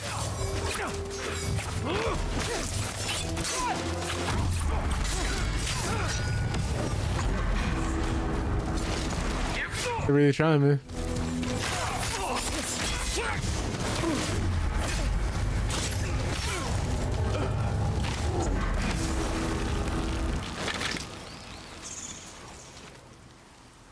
Why do I get the feeling you didn't need my help? I had to know whether you needed mine. And? Your swing shows promise. You must be Master Enomoto, the Kusarigama sensei I've heard about. I'm Atsu. I'd like to learn. That's wisdom I usually keep to myself. But you helped an old man when you did not have to. So tell me, why do you fight? I have old debts I need to settle. An honest answer. But I don't train those consumed by petty slights of the past. I lost my family to Lord Saito and the Yotei 6. Train me, so I can bring them justice. I see. Then I have some things to show you. I thought it'd be pretty smart not to lie to him. He deals in lies and deception every day, so... I don't know if the dialogue actually does anything meaningful in this game, though. It does lead to some different moments, but... I don't know if it drastically changes the story. Forward, Atsu, and take this Kusarigama from the owl. It will be your companion going forward. Ooh. We just get it?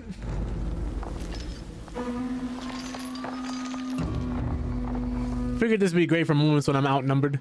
Like a Kasarigama, an owl is a silent hunter. Its talons are sharp. Use it to cut through the bamboo up the hill. This way. Figured I'd take this before. Oh, Good. Quick. Swift strikes. probably not this bamboo, right? He means some like skinnier bamboo. Yeah, of course. Interesting. The bear's arms are long and powerful, like the Kasarigama's hundo. Use it to smash the pot. Oh, I guess I should get an idea how far the distance goes. That's really far. Hundo. Smash through. Always remember, the Kasarigama is the owl and bear joined together. You must use both. Now, come across the river. Why do the Ninetails want you dead? An old quarrel. What sort of quarrel? Another time. The old man has to come through here. Double rations to whoever kills him. That's the sound of double rations. Look around. More Ninetails. A good chance to put what you have learned to use. Now, it is important you understand the Kasarigama is fearsome, but it is best against shielded foes. And if my enemy doesn't have a shield? The Kasarigama will still kill, but will not shine. If you meet a foe with only a sword, it's best to draw your own sword. Show me the best weapon to use against katana. In-lore reasons for Show me which weapon you will switching weapons. facing shields. I like. A Kusarigama. To break through their shields and cut them down. Yes, the bear breaks through, the owl cuts down. You're ready to move on.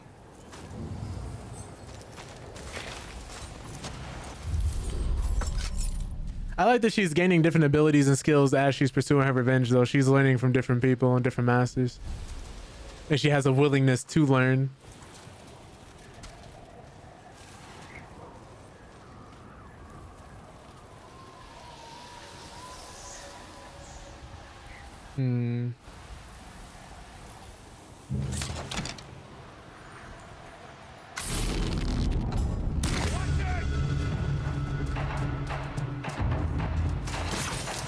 Oh, he knows. Strike them down. Oh.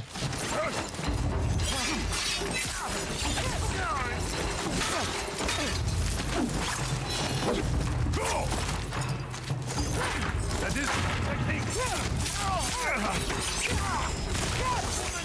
Oh, that's sick. Ooh. For the old man.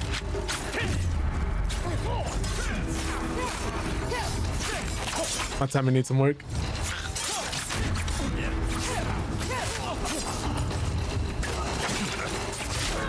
I didn't time it right. I'm constantly like switching back and forth between different timings in my head. You kill a woman. Finish this. Here for the old man. That is the right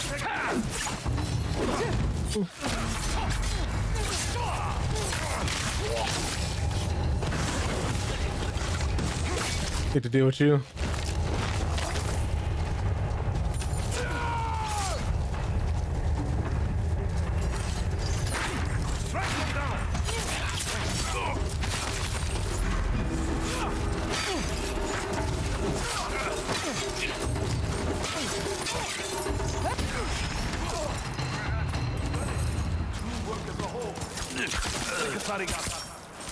Continue onward. Nice of you to help. I already know how to wield the weapon. Why deprive you the chance to learn? Okay, so we can't go up here, I'm assuming.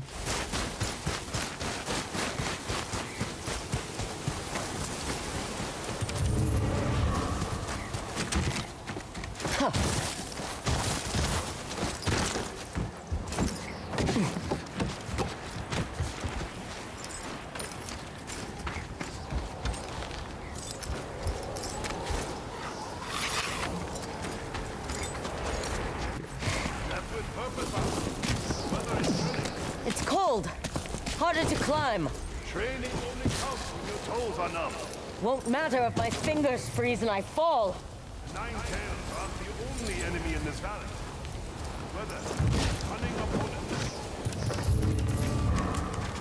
Ooh, can we make this jump? I think so, right?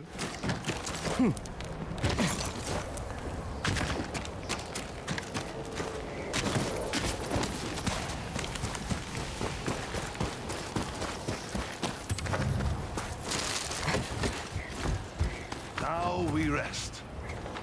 Join me. That was a lot of nine tails coming for you. They're getting bolder. One of them kept calling you old man. Who is he? My grandson. Oh no. Son is trying to kill you? He's lost, consumed by his anger towards me. Nine Tails turned it into a weapon. Prince Zuko? Now he Uncle Iroh? killing me will heal an old wound. Let me stop. Is he right? As the one whose head would be rolling on the ground, I think not. Ah, the storm is here. Good. We will continue on. Good. Shouldn't we stay inside? Will the enemy wait for fair weather to attack?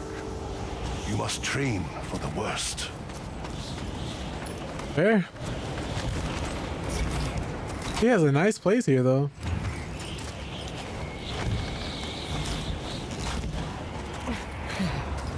Oh, it's cold.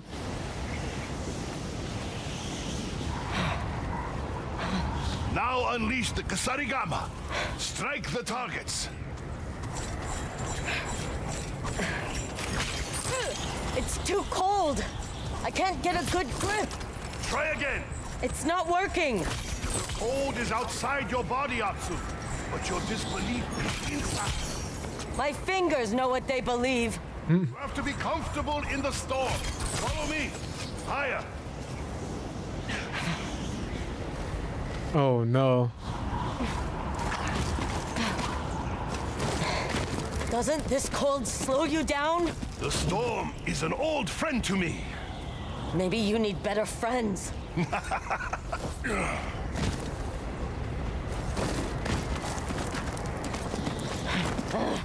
This wind! I can barely hold on. As in any battle, if you believe you'll fail, then you will. And it is a long way down.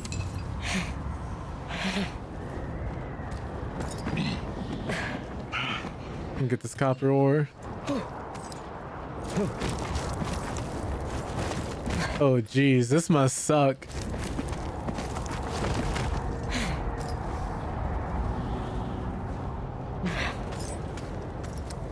We're here. Now, show me your technique. Again? It's freezing. You ask for mercy?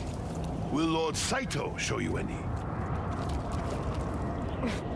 Once more, show me your technique.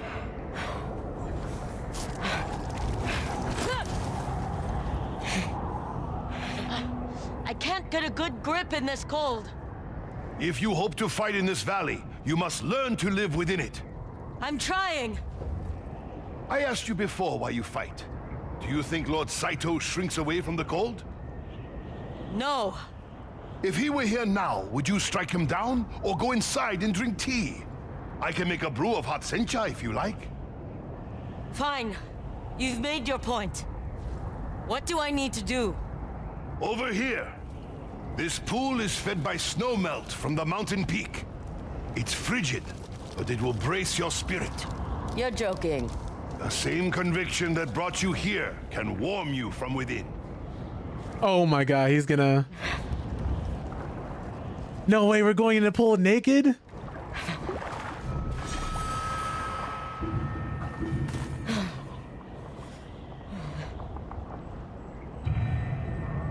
The cold waters are outside my body. In my mind, they don't exist. If I can believe that, I might survive this. It's like the Demon Slayer training all over again. You're still here. Few last this long. Now you tell me. And now you understand your mind is your true center of power. Your body is simply an instrument of its will. Feel cold every time you see that scene. I feel it. Want to have another go at those targets? Yes, please do. How could you not be?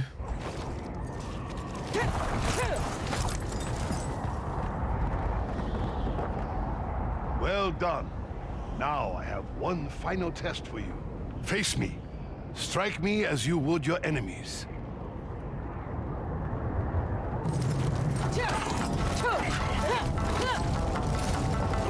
Also, that move out the way. This range is pretty far.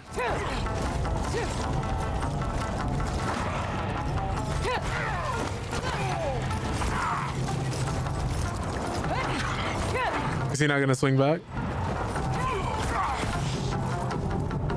But it is only training after all. Good. Good. You have done well. Now how about that cup of tea? I think I've earned it. Indeed.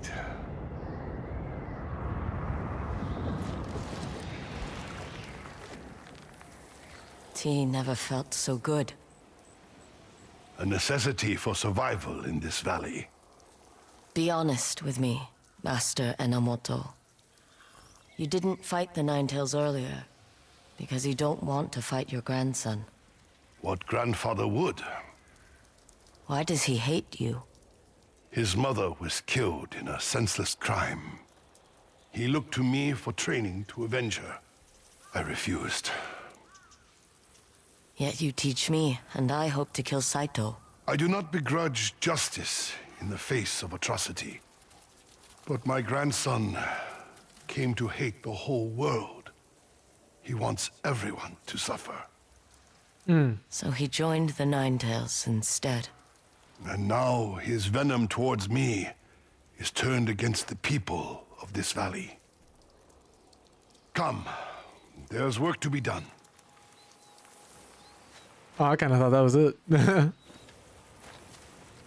I guess this then maybe giving me an opportunity to walk away. Do you have anything I can borrow on here?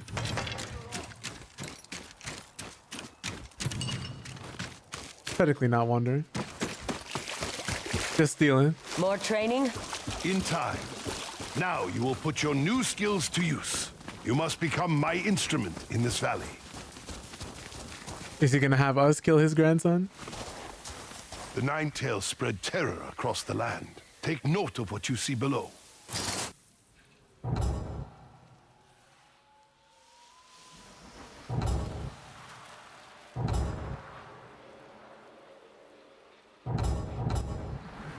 Why is that triggering?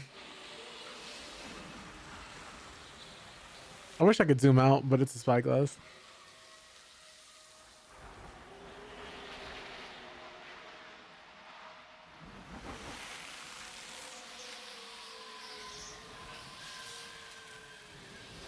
What am I looking for?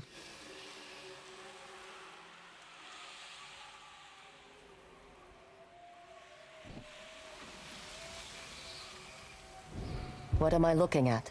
A Ninetales den. You must clear them out. Free any innocents you find. Now on the other side of the valley.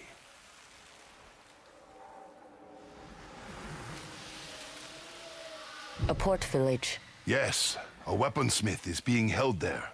An important ally to improve your kasarigama. Why can't you do this? My presence only fuels my grandson's resolve. He doesn't know you. And if our paths cross? You want me to kill him, don't you? To even utter those words about my own blood. Oh man, that sucks. Is this why you're training me? Peace must be restored. I understand.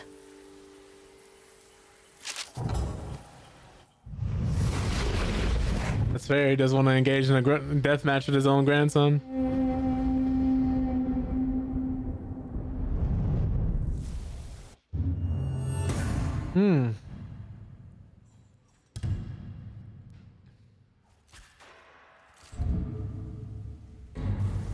So many different skills to learn. I do like that.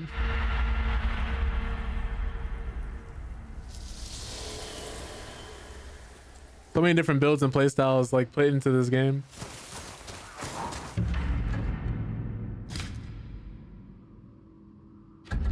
All right. Now we can get to the Oni.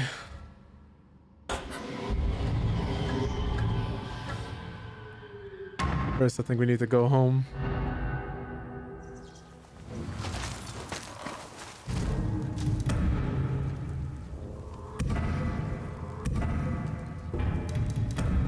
Because we're definitely going to be using more of these.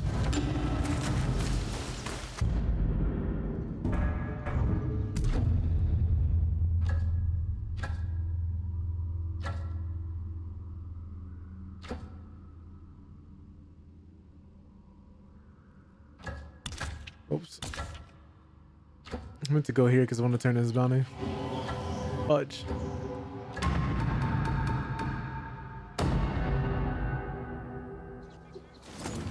You killed Snowstorm Katagiri. How did you survive in that cold? Got the job done quick. A real professional.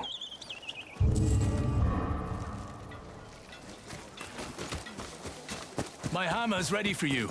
Straight to business.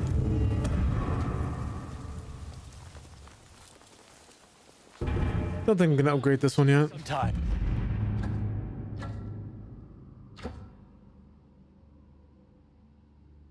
Oh.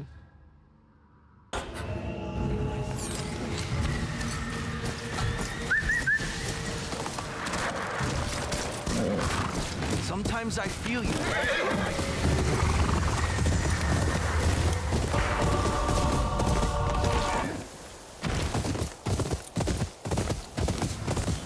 I love this wind effect so much, man. When you're riding through the grass and everything just looks so nice. These don't look natural. What's over here?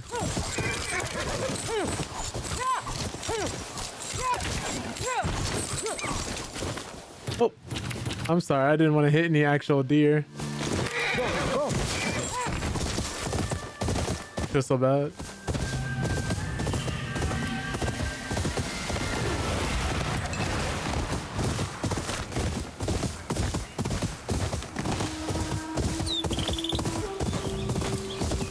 And the secret passage there.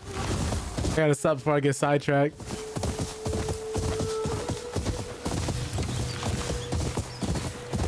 Wolves are nearby.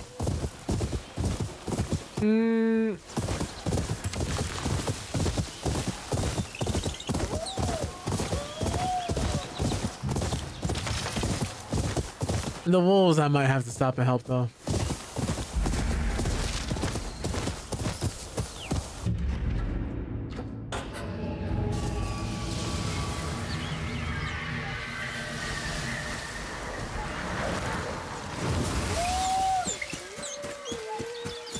A den with more dead wolves.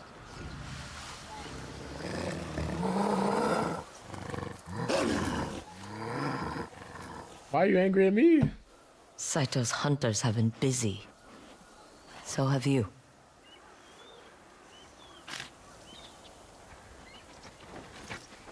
You have their scent. You can lead us to them.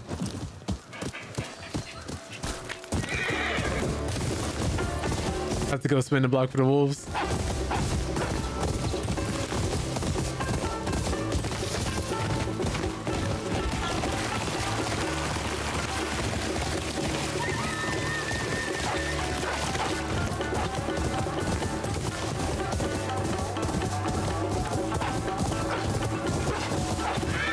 Oh. I guess we're not jumping over that, huh? Not on the horse at least.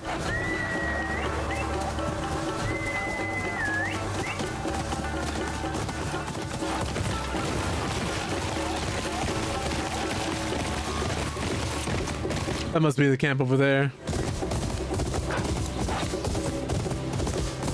This fields are so beautiful, man.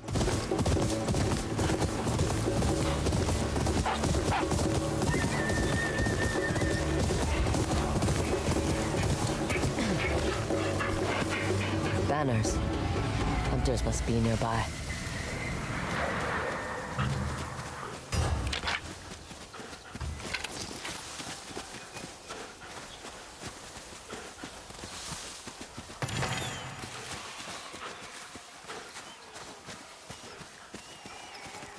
Something isn't right.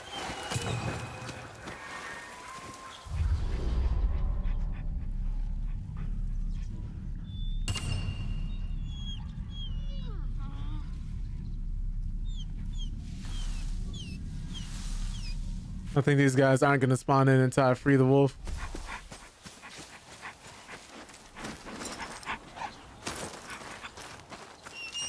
We're getting this one out of here.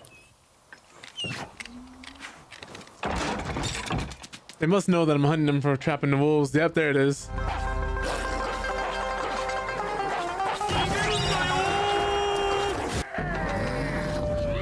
Wait, so... Okay.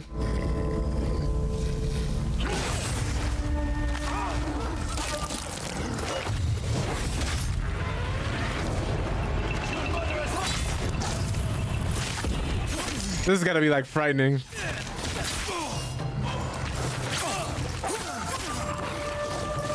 Oh, it's R2 circle.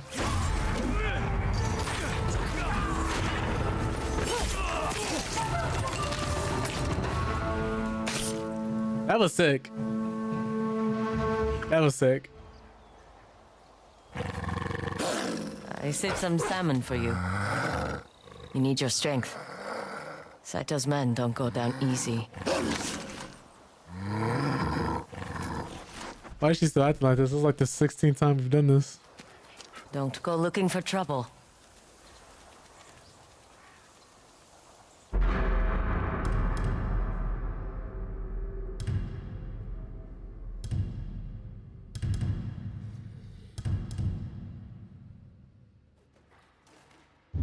I do this all the time.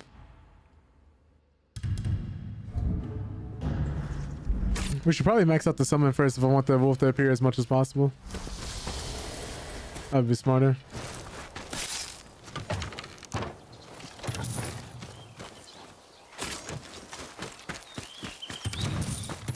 This game has been really dope and it's been really fun to play so far.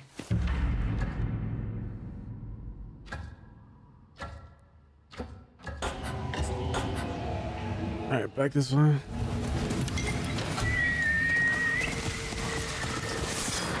Go, Mochizuki.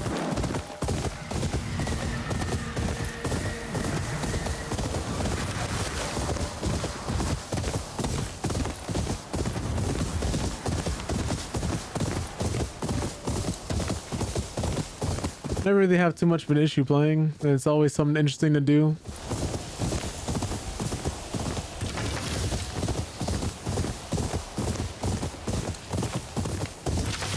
I think after this game, though, I really do want to play through Ninja Gaiden 4. We'll probably do that on hard too.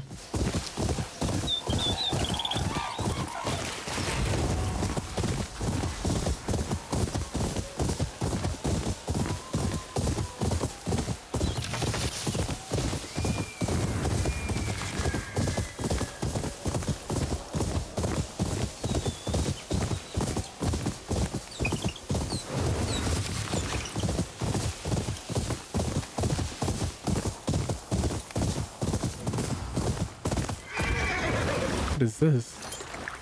Oh, fish.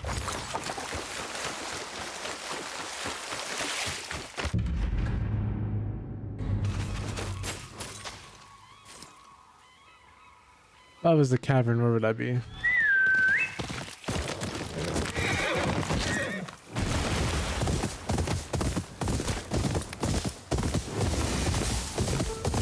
Sounds like someone's playing a flute.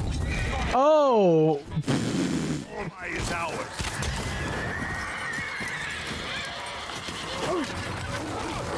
Oh, well, there it is.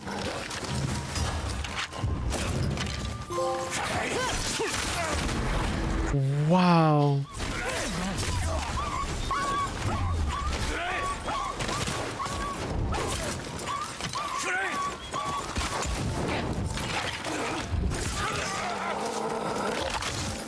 Oh yeah, the wolves did not appreciate that.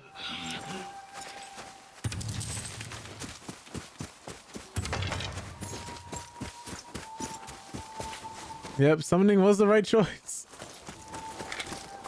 Maybe I assume he's luring people in here to get attacked by Saito's men. Is he being held hostage or is he the one doing this on purpose? The music is coming from behind that door. Makes me think he's a prisoner, but I'm not sure. Won't budge. Don't see any other way in. Puzzle perchance?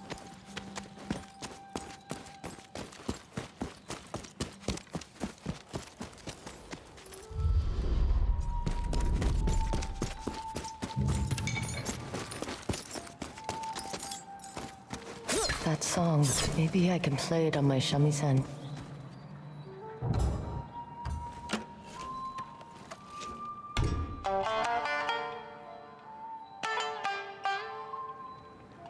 This probably is not the right one. Guess he liked what he heard.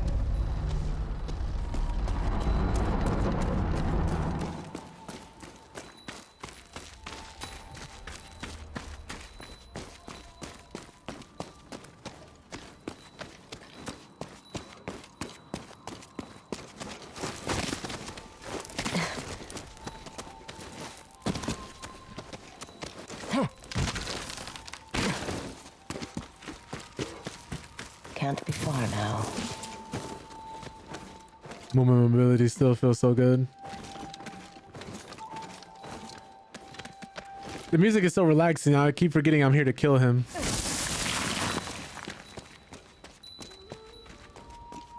What is this guy guilty of again? Oh, a murderer and a guilty flute player. Okay, yeah. Gifted flute player. Let me just make sure we got our escape plan mapped out.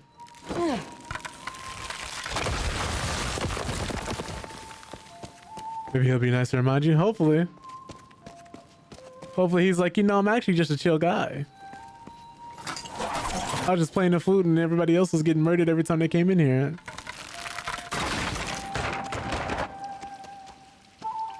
Oh no, this guy's definitely a killer. You must be the shamisen player. You play well. So do you. That was a lovely song. It is. But the price of learning it was terrible. I've heard. How many have you killed to keep that cursed flute? At first, I thought it would be worth a life or two. But as the years passed, the number of lives grew and grew. All I wanted was to bring joy to others with my music. Instead, you brought pain and suffering. That's true. But the music is so lovely. And now, it calls for another sacrifice. All right. I like the detail of since I killed 2 of the Yotei 6-2, the names are crossed out on her outfit.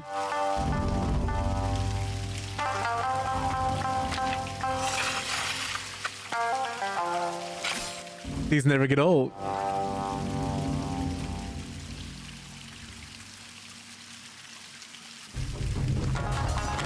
Oh wait, this is a sword.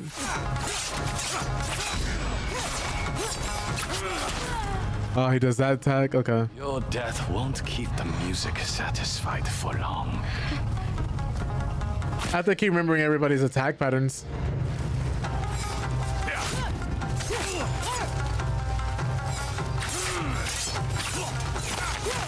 You fight as well as you play.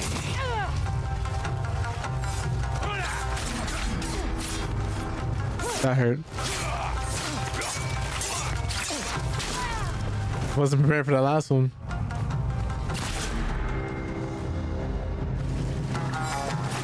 Oh, that caught me off guard. I haven't seen that swing before. He almost got it from me again. Oh, okay.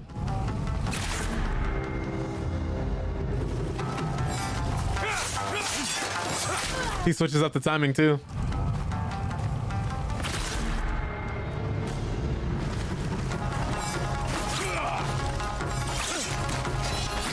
Oh, I dodged you earlier.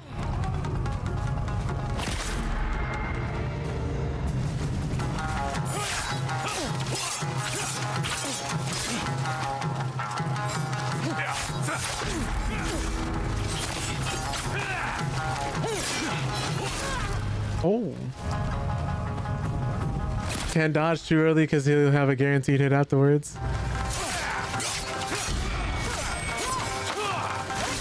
You fight as well as you play. This guy's definitely got the moves. Oh my goodness.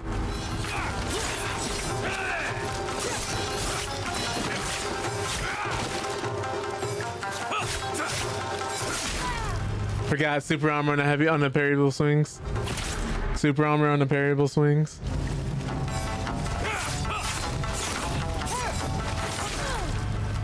Oof.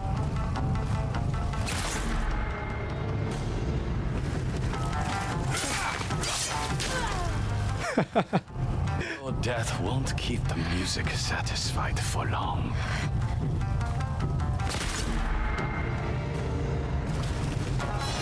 Oh my god, starting off with the unblockable is crazy work.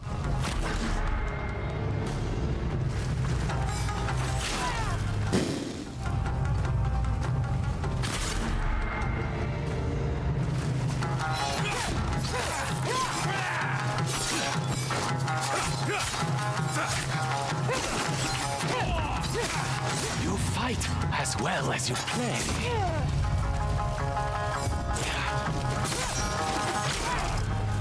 The feints. I'll have to learn how to read his feints if I want to beat him.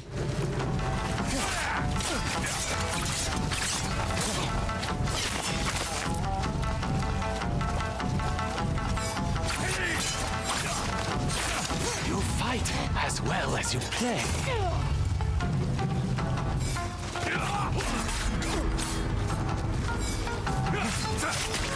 Too early. Your death won't keep the music satisfied for long. Someone learning a whole new book of songs here, man.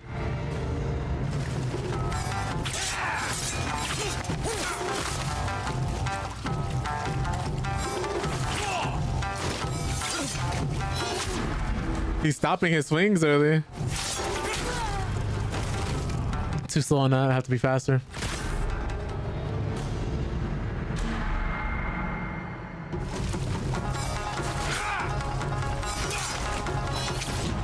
There it is.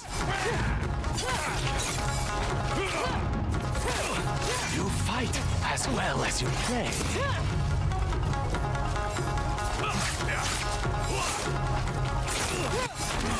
Oh, immediate attack. Okay. Too early again. Oof.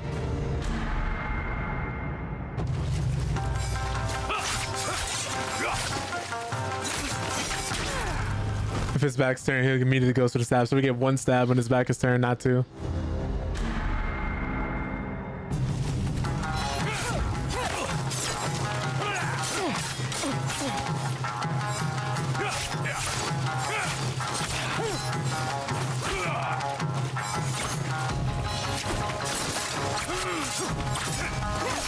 You fight as well as you play. Reminds me of Souls games that people always refer to some boss battles as feeling more like a dance. This definitely feels like one. That followed me. I keep thinking I can get out of the way of some swings, but I have to double dodge because if I just backstep, he'll follow me.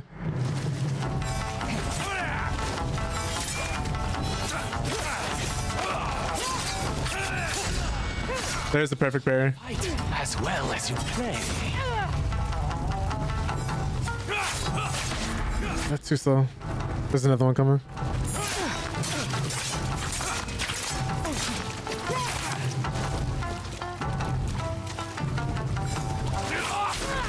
Too slow.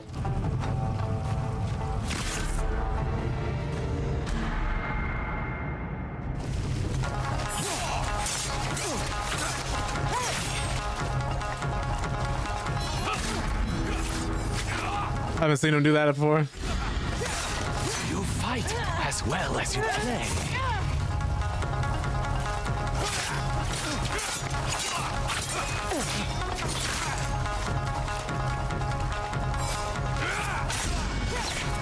I can't stop killing for the music.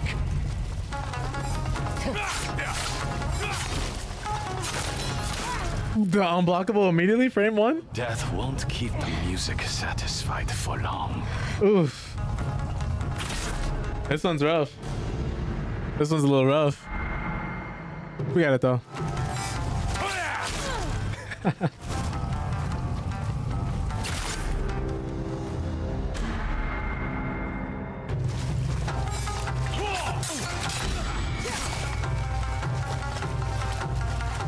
We'll have to punish him on the parable frames. You fight as well. That's how we'll have to beat him. We'll have to parry.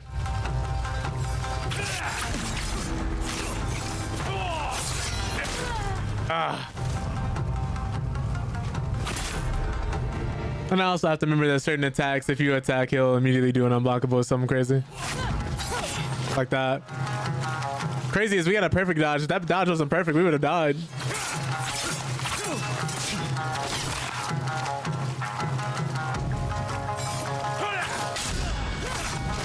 fight as well as you play. We'll have to take our time.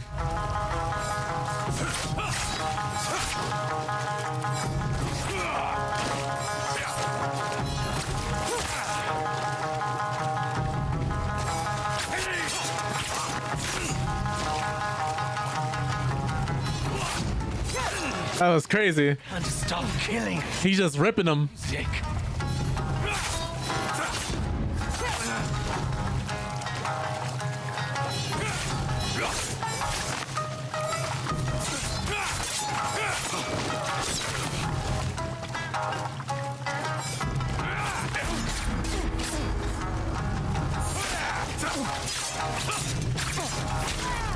What I dodge?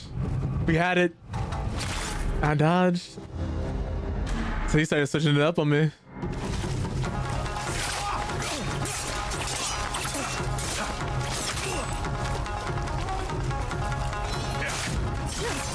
Let's stay right here where we're at. Too early. You see there's another one? And then, yep. You fight as well as you play. All right, all right. Sheesh, too early. That first swing is faster than the second swing.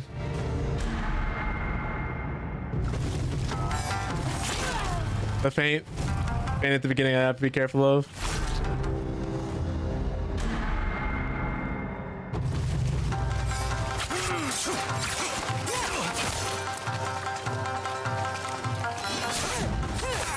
You fight as well as you play.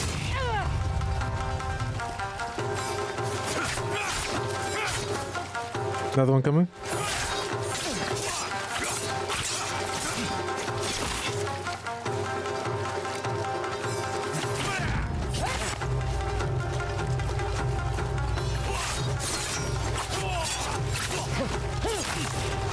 Too much movement.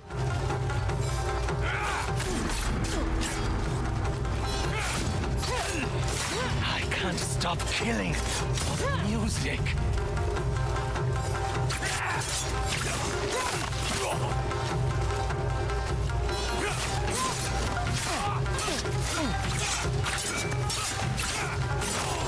I'll play you a beautiful song when you die.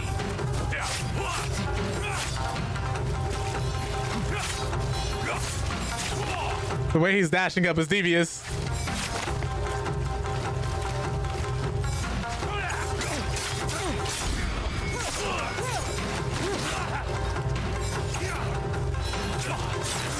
Oh yeah.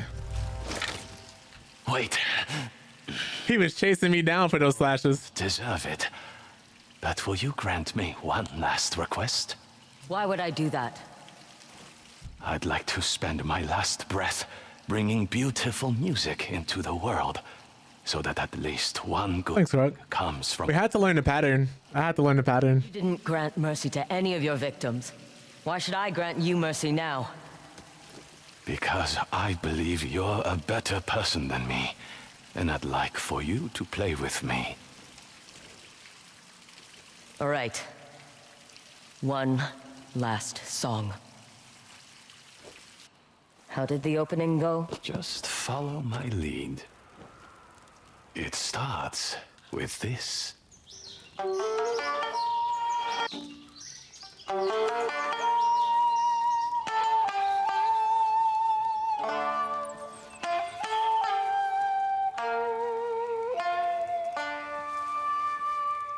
Good. And then...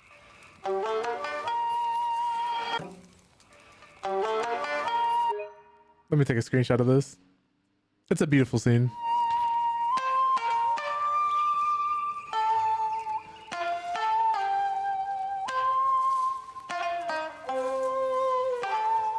That's it.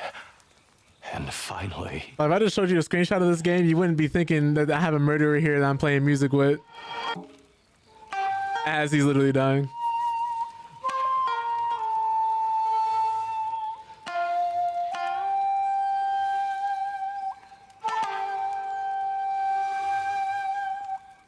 Good. Now we'll do it together.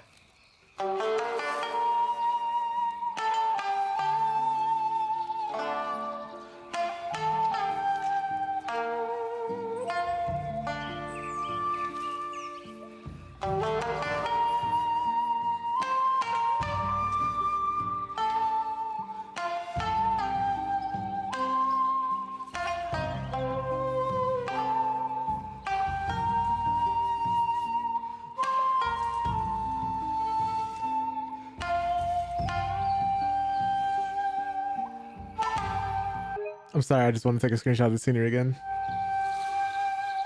This isn't a bounty, mind you. A completely optional side quest. Oh, he's dead. That was beautiful. Soma?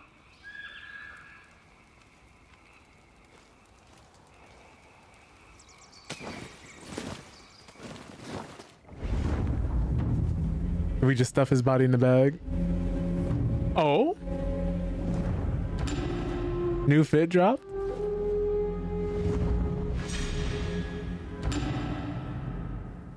Trim some lifespans, bounty hunter headband. We're gonna steal that. I'd like that to give us the option. It's really cool. That was nice. Now, on to the Oni. Oh, did we bury him? Find me, boy. Interesting.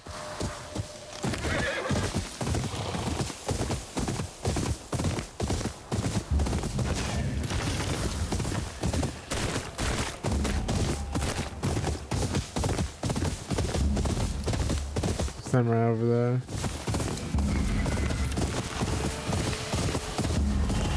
There's just so much to do in here.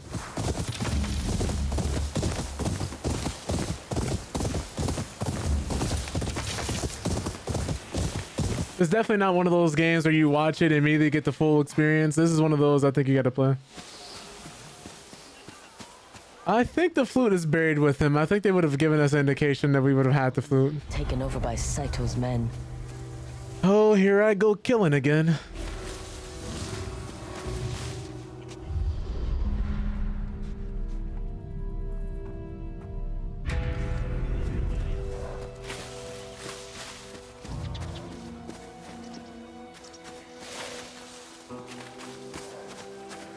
The tricky thing about these open world games, everybody has things to do.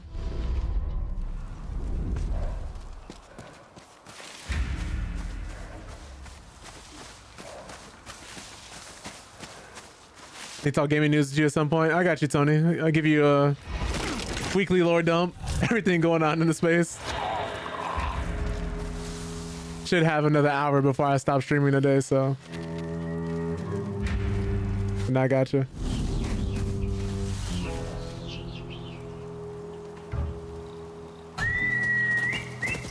Mochizuki! I was hoping he'd hear my whistle. No problem. Please don't make a lot of noise. Die in silence, please. You're very kind.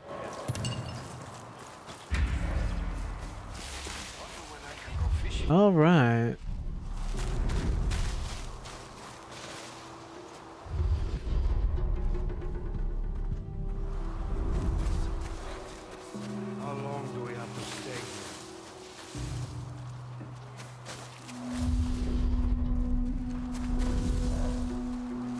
No witnesses. That's how we like it. I wish you could carry bodies.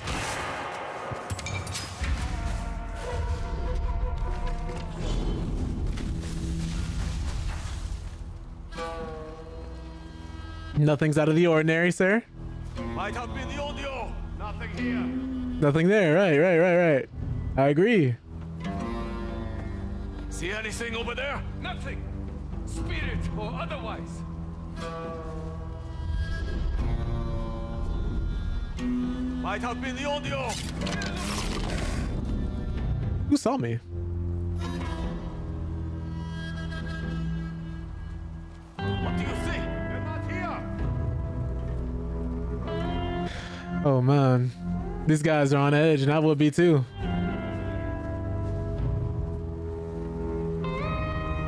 Now everybody wants to come and investigate. The audio. Do not see anything here. Gotta be patient. What do you see? Nothing. Spirit or Who's all looking in my direction?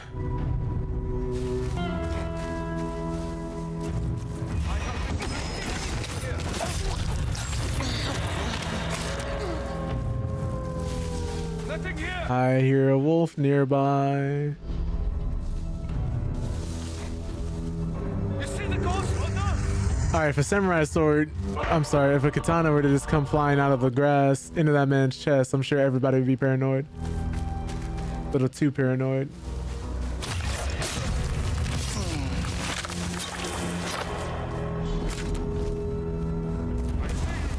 No, you don't.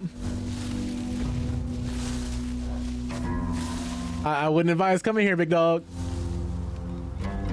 Maybe. Y'all heard me warn him.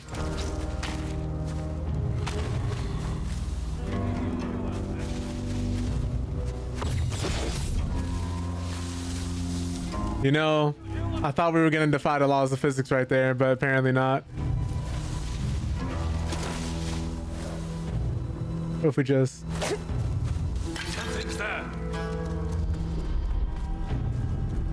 I didn't think the warlord himself was gonna come out. Open. And then when he turns around, ooh,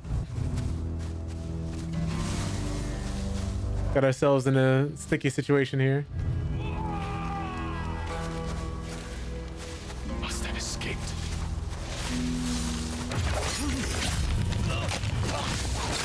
Thank goodness your friend didn't see that. How? I don't know. You guys are pretty bad at your jobs. Either that or I'm pretty good.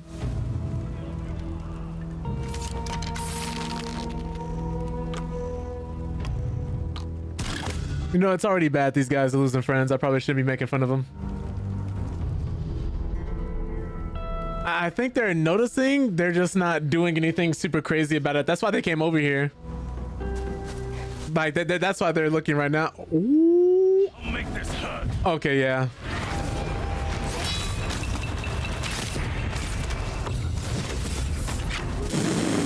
Fair enough.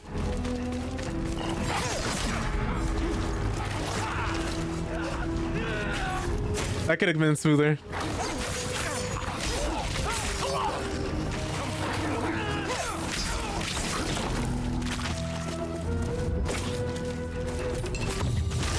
He didn't deserve that.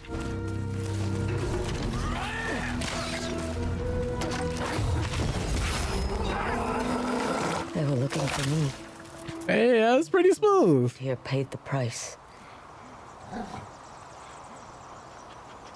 Besides all the whip sword throws. That was pretty smooth. Thank goodness we got the summoning increases for the wolf. She's been very helpful. Ooh, altar. Did you pray today?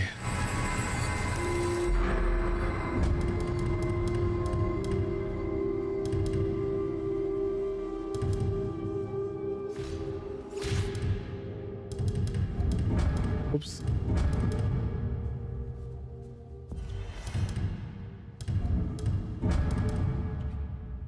Huh.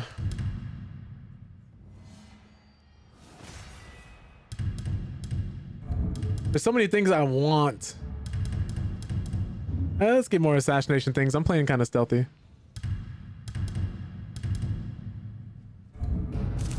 Yeah, I should learn how to assassinate the bigger guys. Not really be undetectable then. They give you a lot of things for doing this too. Very nice. But yeah, that is kind of crazy. They were just walking over their dead friends being like, I wonder who could have done this. Is it the Onryo? Looks like I have you to thank for keeping me in business today. Find anything good? See for yourself. Care to see the new merchandise I've gathered? Oh, I think we already got these upgrades, yeah.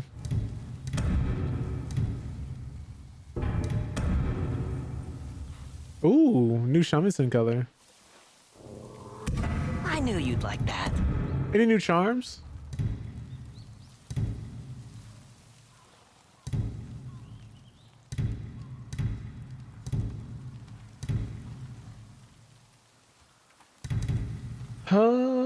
Maybe we get this one for disarms. Stick toys.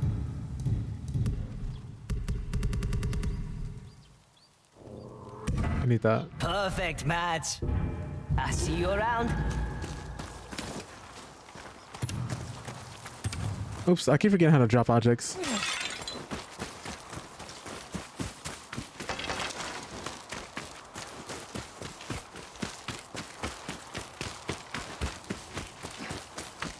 Never believed the kitsune was real anyway. Greetings, traveler. No, I'm sorry, I can't help you. I have things to do.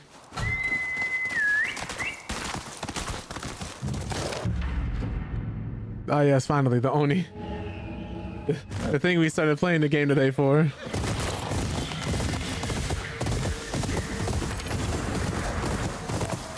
So easy to get sidetracked, man. But it's a good thing. I'd rather this than every other side quest I just skip because it's too boring or it's too out of the way. The way they naturally just weave things together feels so good to play through.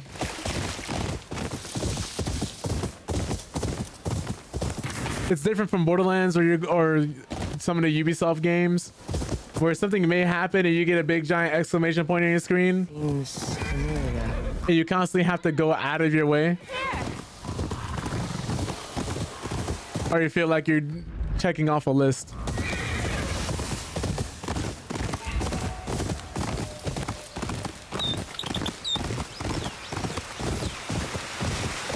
They're able to erase that feeling, for me at least, with this game. But instead of it's like saying, go here and do this, it's, oh, hey, I have something to say to you, or hey, this just happened. What are the samurai doing out here? No idea why anyone would move north of here. Too cold. Ishikari Plain and the Oni are behind that gate. I guess they're here to stop people from going through and no one goes in and out. I have business in Ishikari Plain.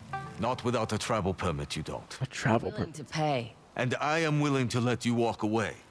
Do not make me regret it. Who would have a permit? Trouble at the gate, stranger? I can help. Ooh, nice dog. He's trustworthy. I don't think that samurai enjoys his post, but he is making the most of what little power he has. By being an ass. Hard times make for hard people. You said you can help me get past the gate. Did I?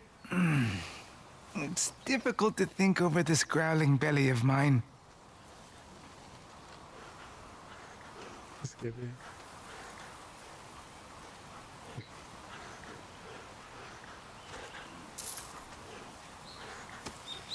Maybe this will help.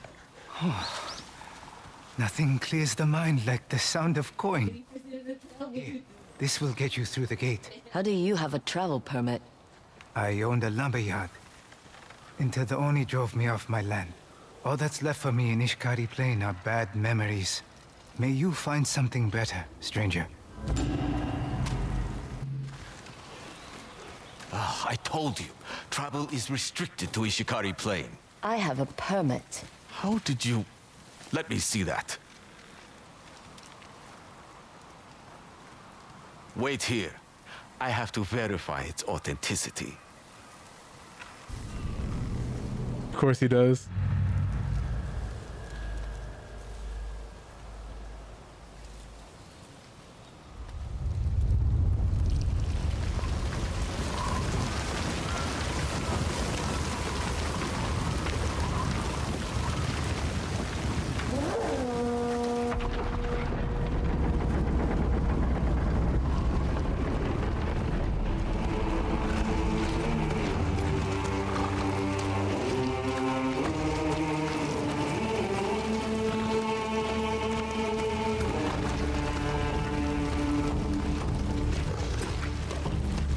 I have a feeling we'll be seeing more of this guy.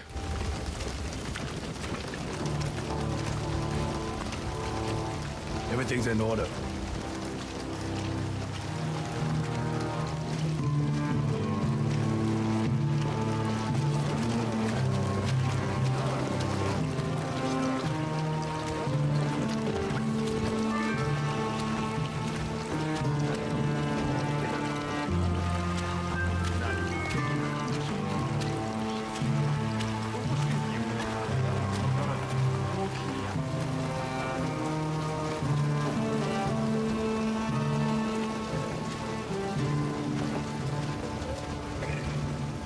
Hold it.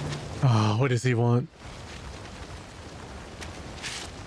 Are all the samurai gonna be assholes in this game? You forgot this. Oh, okay. Please don't rip it. Without it, I would have to arrest you.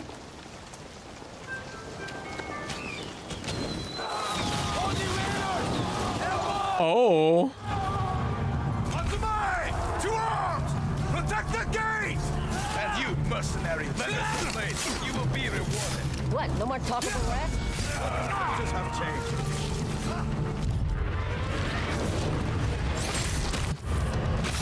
There's so many arrows that just came flying in. By the head? Survive first, negotiate later. That's a quick way to knock that page.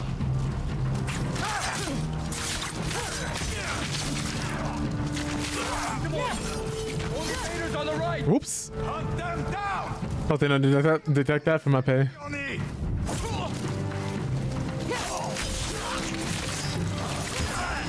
He just tried to stab me.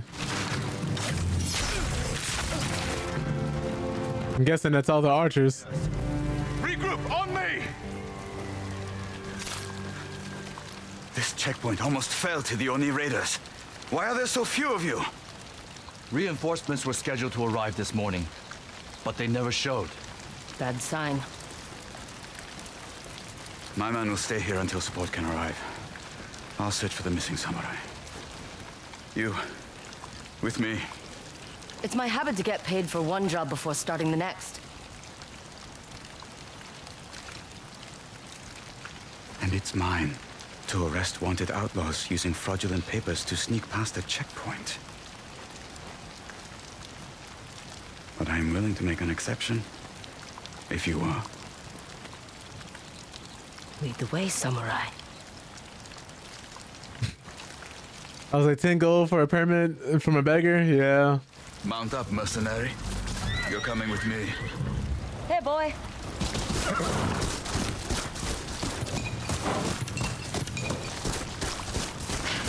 Stay close. How did you know about the permit? I would have heard if an official permit was issued to the Onryo who killed the snake. Don't forget the kitsune. So the rumors aren't entirely false. I assume you're here for the Oni. He has declared war on Clan Matsumai. The raiders who attacked are his. Explains the mask. Is that... The armor of fallen samurai. That's crazy. Oni raiders do everything they can to mock us.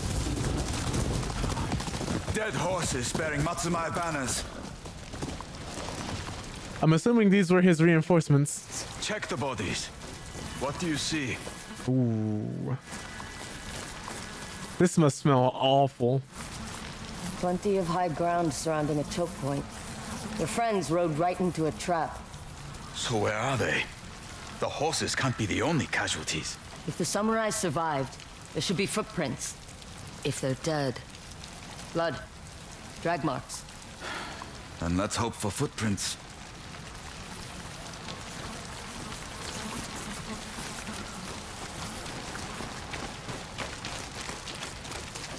But I imagine they wouldn't be along the main road. Let's see here. They got ambushed here and the high ground was that way. I'm assuming their footprints must be somewhere along this path. Maybe if they were seen backwards. Going into the grass, perhaps. I'm just gonna keep running around.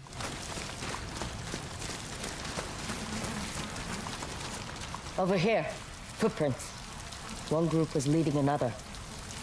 Did the ONI raiders take prisoners? Whenever they can. The Oni likes to humiliate his victims before putting their bodies on display. We need to hurry.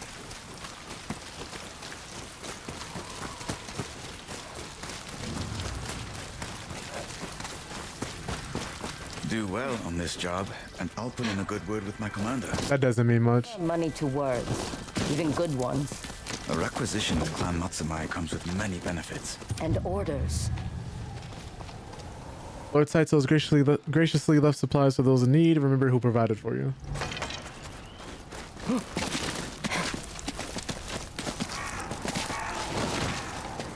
Are you from Ezo? What's with all the questions? You just remind me of someone. You're not my type. Never mind.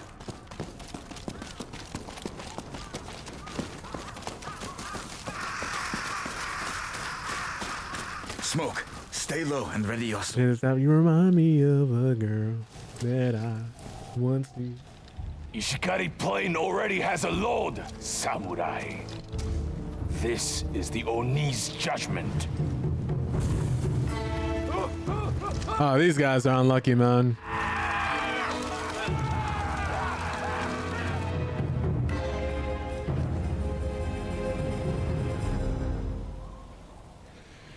The Oni won't take another soul. Ah, no. Wait. Die, Vader scum!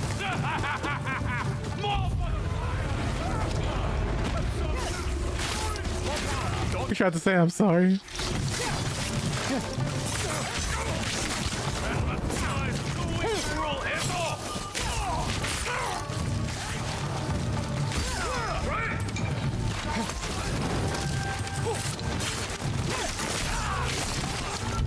Doing it again. These guys seem a little ill-equipped. The Oni seems a little more tribal and less organized. Oh my god, that's gotta hurt. Then compared to everybody else. These men deserve a proper burial. You did everything you could. That makes it worse. I wasn't enough. I'll see if these bastards have anything we can eat. I'm over here. This is how I know I'm a little too eager to loot, because I was about to try and loot the samurai. Their burnt corpses. My first thought wasn't, oh, it's how much of a tragedy it is that a bunch of people were burned alive in front of me. It's, do they have any salvageable loot? That's kind of bad. In stories, Oni eat people. Salmon. If I cook it enough, we shouldn't get sick. Just need a campfire.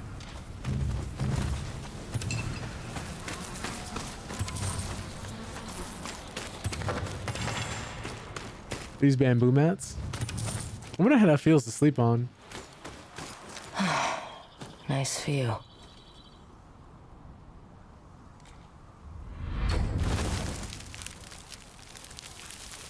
We're gonna skip the cooking for now.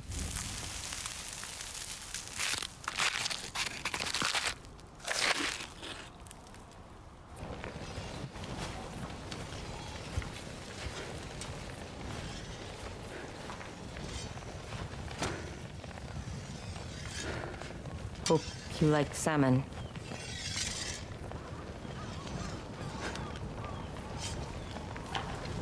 Thanks.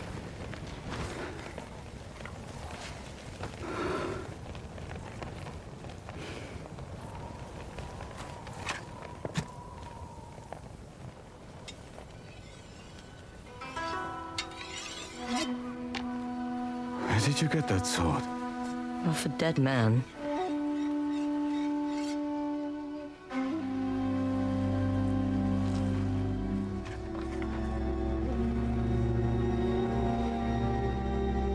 Don't lie to me.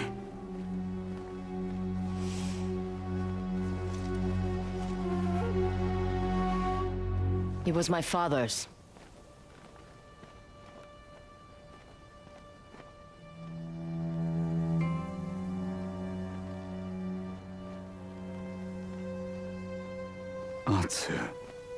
Who is this?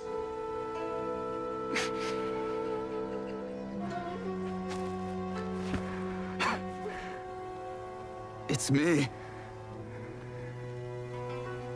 You don't recognize your own brother. What? What? No way.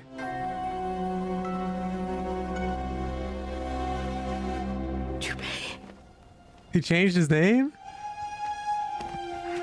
Oh my goodness. That's crazy. It's really That's why he said don't lie to me.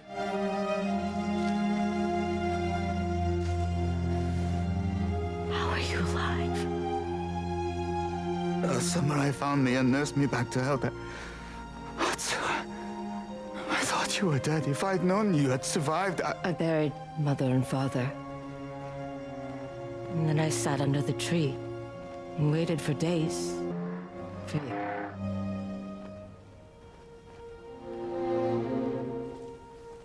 It took weeks just to gain the strength to walk again, and then...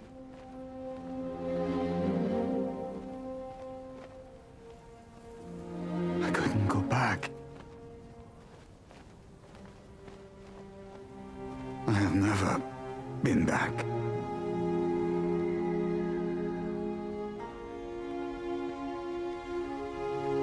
But we are together now. I want to hear everything.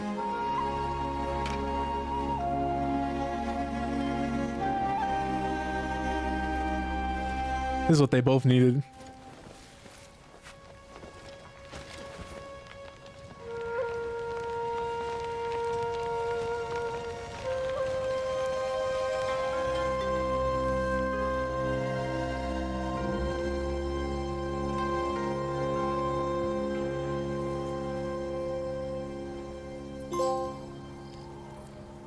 That's beautiful, man. beautiful. Let me stop. No. I can't believe it. My sister was at Sekigahara. The battle to end all battles. I was on the losing side. But you were there. I have never left Ezo. Nothing's stopping you. My life is with the Matsumai clan. What did they do to make you so loyal? Fed me. Clothed me. Gave me the means to protect myself. And others. You must have belonged to a clan once. Belonged? No. Get some rest. That's all right. I'll take first watch.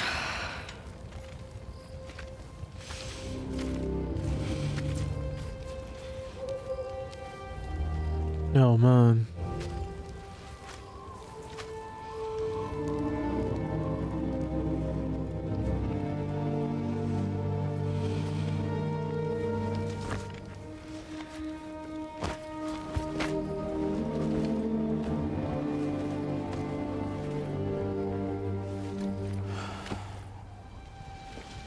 To think I thought I would have recognized this man had he grown older, but I just fully expected him to be dead.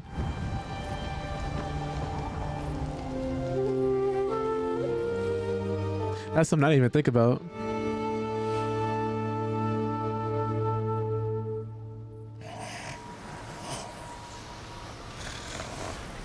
Definitely not.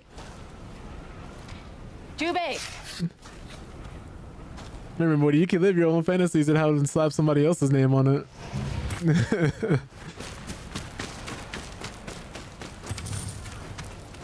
The Nile is a river in Egypt.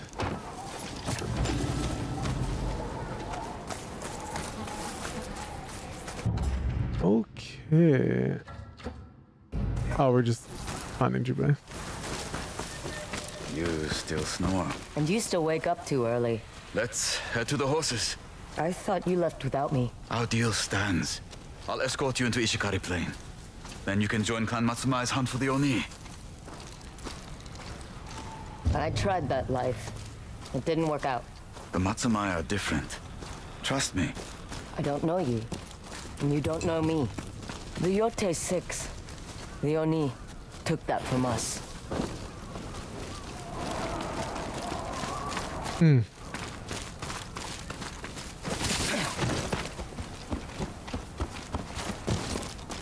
This is so different. She grew up as a mercenary. He grew up as a samurai. Whatever order structure he had, she didn't have. But she also learned how to fight on her own. Doesn't make up for 16 years apart. So what? We just go our separate ways? Let's get to Ishikari Plain. After that, I don't know.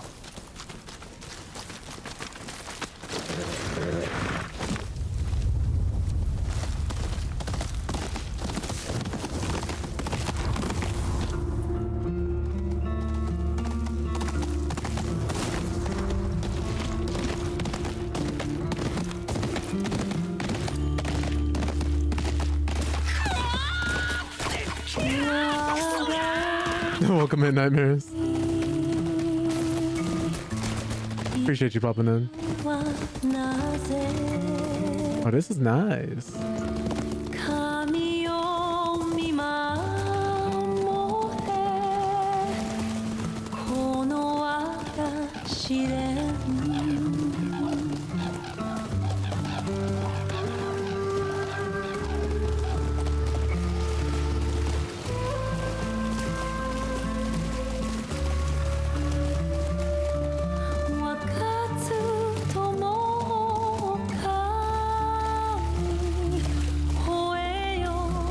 I hope they didn't bring this man back just to fridge him and kill him off later.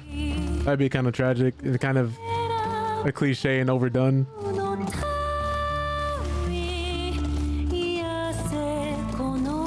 I'd like to see something different here.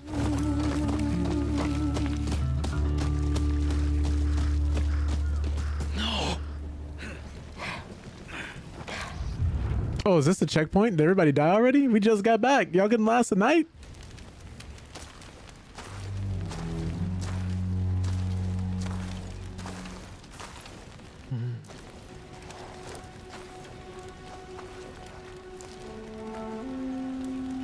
How many more lives will the ONI take? At least 2 if we don't act fast. She's right. I wanted to fight the pretty one, but you'll do. Calling her the ugly sibling is crazy. But hilarious.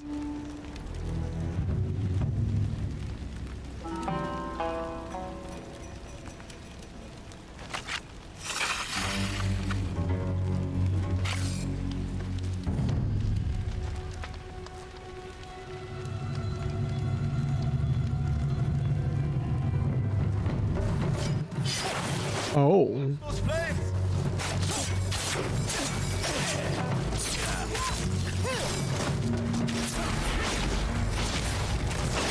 Oh, he's on my bumper.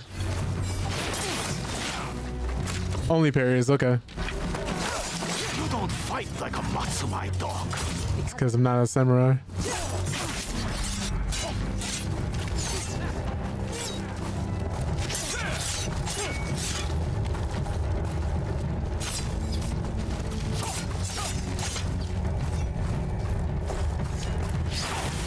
Ooh. Then why work for the samurai? Prepare yourself! He's trying to disarm you! Well, I should have attacked after that. So there's a bit of a pause in that first one to that second one. Promise.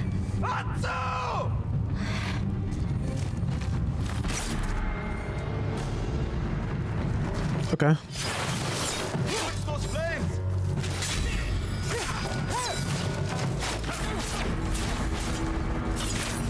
I missed every single one of those. Dog. Because I'm not.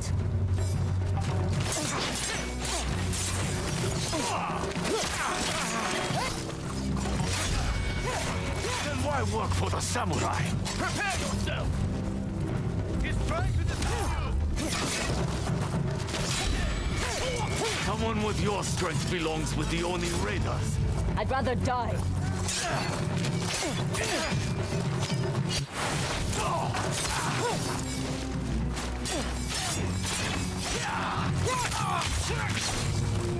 All right. I'd imagine there's more people coming. That was a little too easy. Oh. How to fight like that? Anyone willing to teach me?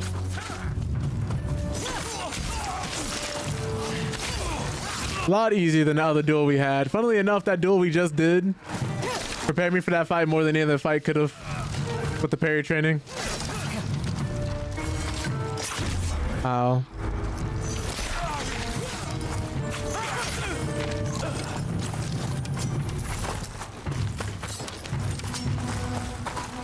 Come on, before more arrive. Oh, those are just flame embers, not loot icon. Sheesh. There's the Matsumai camp. We have a perfect view of the Oni's castle. If you know where he is, why not attack? Because he has cannons and fortified walls? Not to mention a small army. When we make a move, it must be done the right way. What you thought it? The raiders took the gate. We took it back. Let us through. When you didn't report in, we feared the worst. Lord Kitamori. It's the name I chose when I became samurai. It means Protector of the North. The bridge is almost finished. Soon reinforcements will come from Matsumai Castle. We'd be done sooner if the Oni raiders didn't keep stealing our lumber. Well, now you'll have a few less bandits to worry about. My associate and I made sure of that. I was wondering who the stray was. I'm his long-lost sister. She's a funny one. That's crazy. Commander Wada of your rival. So, I'm your associate? What did you expect me to say? I don't know you, remember?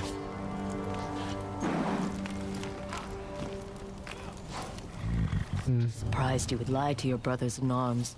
It's not a lie. We did a job together. That makes us associates. I need to report to Commander Wada.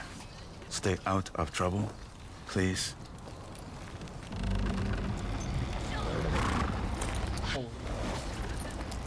Trying to keep the dialogue somewhat realistic to what I think she would say. So I think we're gonna have to stop here. It's fun though. I'm interested to see what this next quest line goes. I do like that each member of the Yotei 6 has like their own, I'd say, what, group of thugs. Everybody dresses differently, everybody acts differently. The Oni's tactics are completely different from The woman with the sword. what's the word for it? The kitsunes. The snake was, so I can't really say too much about the snake.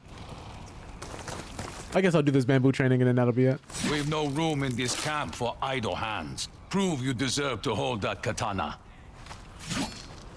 By chopping bamboo? By following orders. How about this? I'll chop your bamboo, but if I get through my stack faster than them, I want something in return. Oh, and what is that? Your hat. Deal. But I want clean cuts, not a hatchet job. But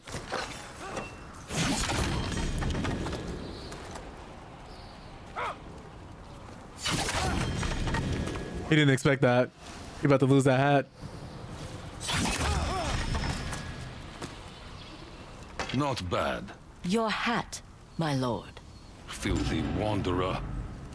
What are you looking at? You did this to yourself.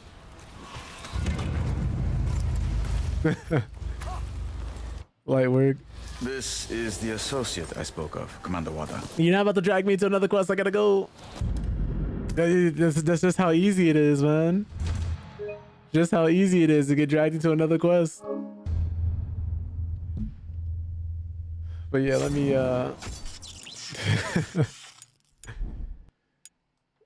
fix this and do something else because we're gonna have to get up out of here. What do I want to say? Thank you everybody who showed up, hung out. Really appreciate that. Croc, it was nice meeting you. Appreciate you dropping the bits. Tony, Morty, appreciate y'all being here. Nightmares as well. John for lurking in the background. Shaggy, I believe as well. Astral. Really appreciate you guys being here. And again, I just wanted to say that things will get better with time, but it also requires patience and consistent action. If you're someone who finds themselves in a set of circumstances that you do not enjoy, but you do nothing to change them, I would be dared to say that you are complacent if you do not move to actually change the circumstances that you're in, that you find yourself stuck in. Of course, everybody has their different circumstances, and sometimes it's not as easy as just go out and change them. But if you're someone who is not in a great spot right now, but wants things to get better, it will require your time. It will require you to just sit there and unfortunately be stuck in those circumstances, and also push forward to do something different and to actually change them. To try your best to get out of those circumstances, to try your best to improve as a person and improve your situation, because you owe it to yourself to become the best version of yourself. To constantly try to change and improve as much as you can. Because the one thing that we do have is time, but it's also one of the things that we run out of the fastest. If you don't work to change things now, things will change for you with or without your consent. Whether it's due to maybe your body giving out or extenuating circumstances beyond your control. I'd say make the change now while you do have the time and while you do have the free will and energy. Do your best to change not only the circumstances for yourself, but for those around you. If you are someone who believes the world should be a better place, try your best to make the world a better place. Whether it's for yourself or for those around you, like I said before, but no one's going to make that difference but you, as cliche as it is to say, because it is true. You shouldn't be relying on other people to try and make your life better. You should be the one who makes your life better. Granted, it's always lovely and wonderful if we do get help. I'm not saying to be the person to reject help or not appreciate those who've helped you along the way. But if you're someone who's sitting around waiting for things to magically get better, 9 times out of 10, it doesn't happen to most people. And if you truly want to make a difference, truly want to make a change, you're someone who can do that. You're someone who has the power to do that, to pursue that. It's not a pipe dream to want better for those around you and for yourself. It's only a pipe dream if you don't do anything to actually achieve that dream. That all being said, though, I do hope you guys have a wonderful start to your week. It is Monday. Fresh new start. Every day is a new day. Every day is a new chance to make things better. Make someone smile. Make an improvement in your life or someone else's. So I do hope that you guys have a wonderful day and a night. You're all wonderful people. And if you're on Twitch, stick around for the raid. If you're on YouTube, just stick around for the outro. You only got one life to live. And while it's very easy to be a pessimist and to be down on yourself and to think that like, oh yeah, life sucks. I mean, those things can be true. But it doesn't always have to be the case for everybody and everything, right? It doesn't have to be cliche or dumb to believe in something or to want better or to do better. It doesn't make you naive if you believe the best in the people that you meet and the people that you cross on your path. Be a nice person, but don't be a doormat. And being a nice person doesn't mean never standing up for yourself or never doing anything to help others. You can still stand up for yourself and be abrasive and be, you know, an asshole at times. While still also trying to be a better person to help those around you. I think that's important to say. Too many people conflate being nice with being a doormat, and that's not the case. Thank you for the hearts, Tony. Who are we gonna raid?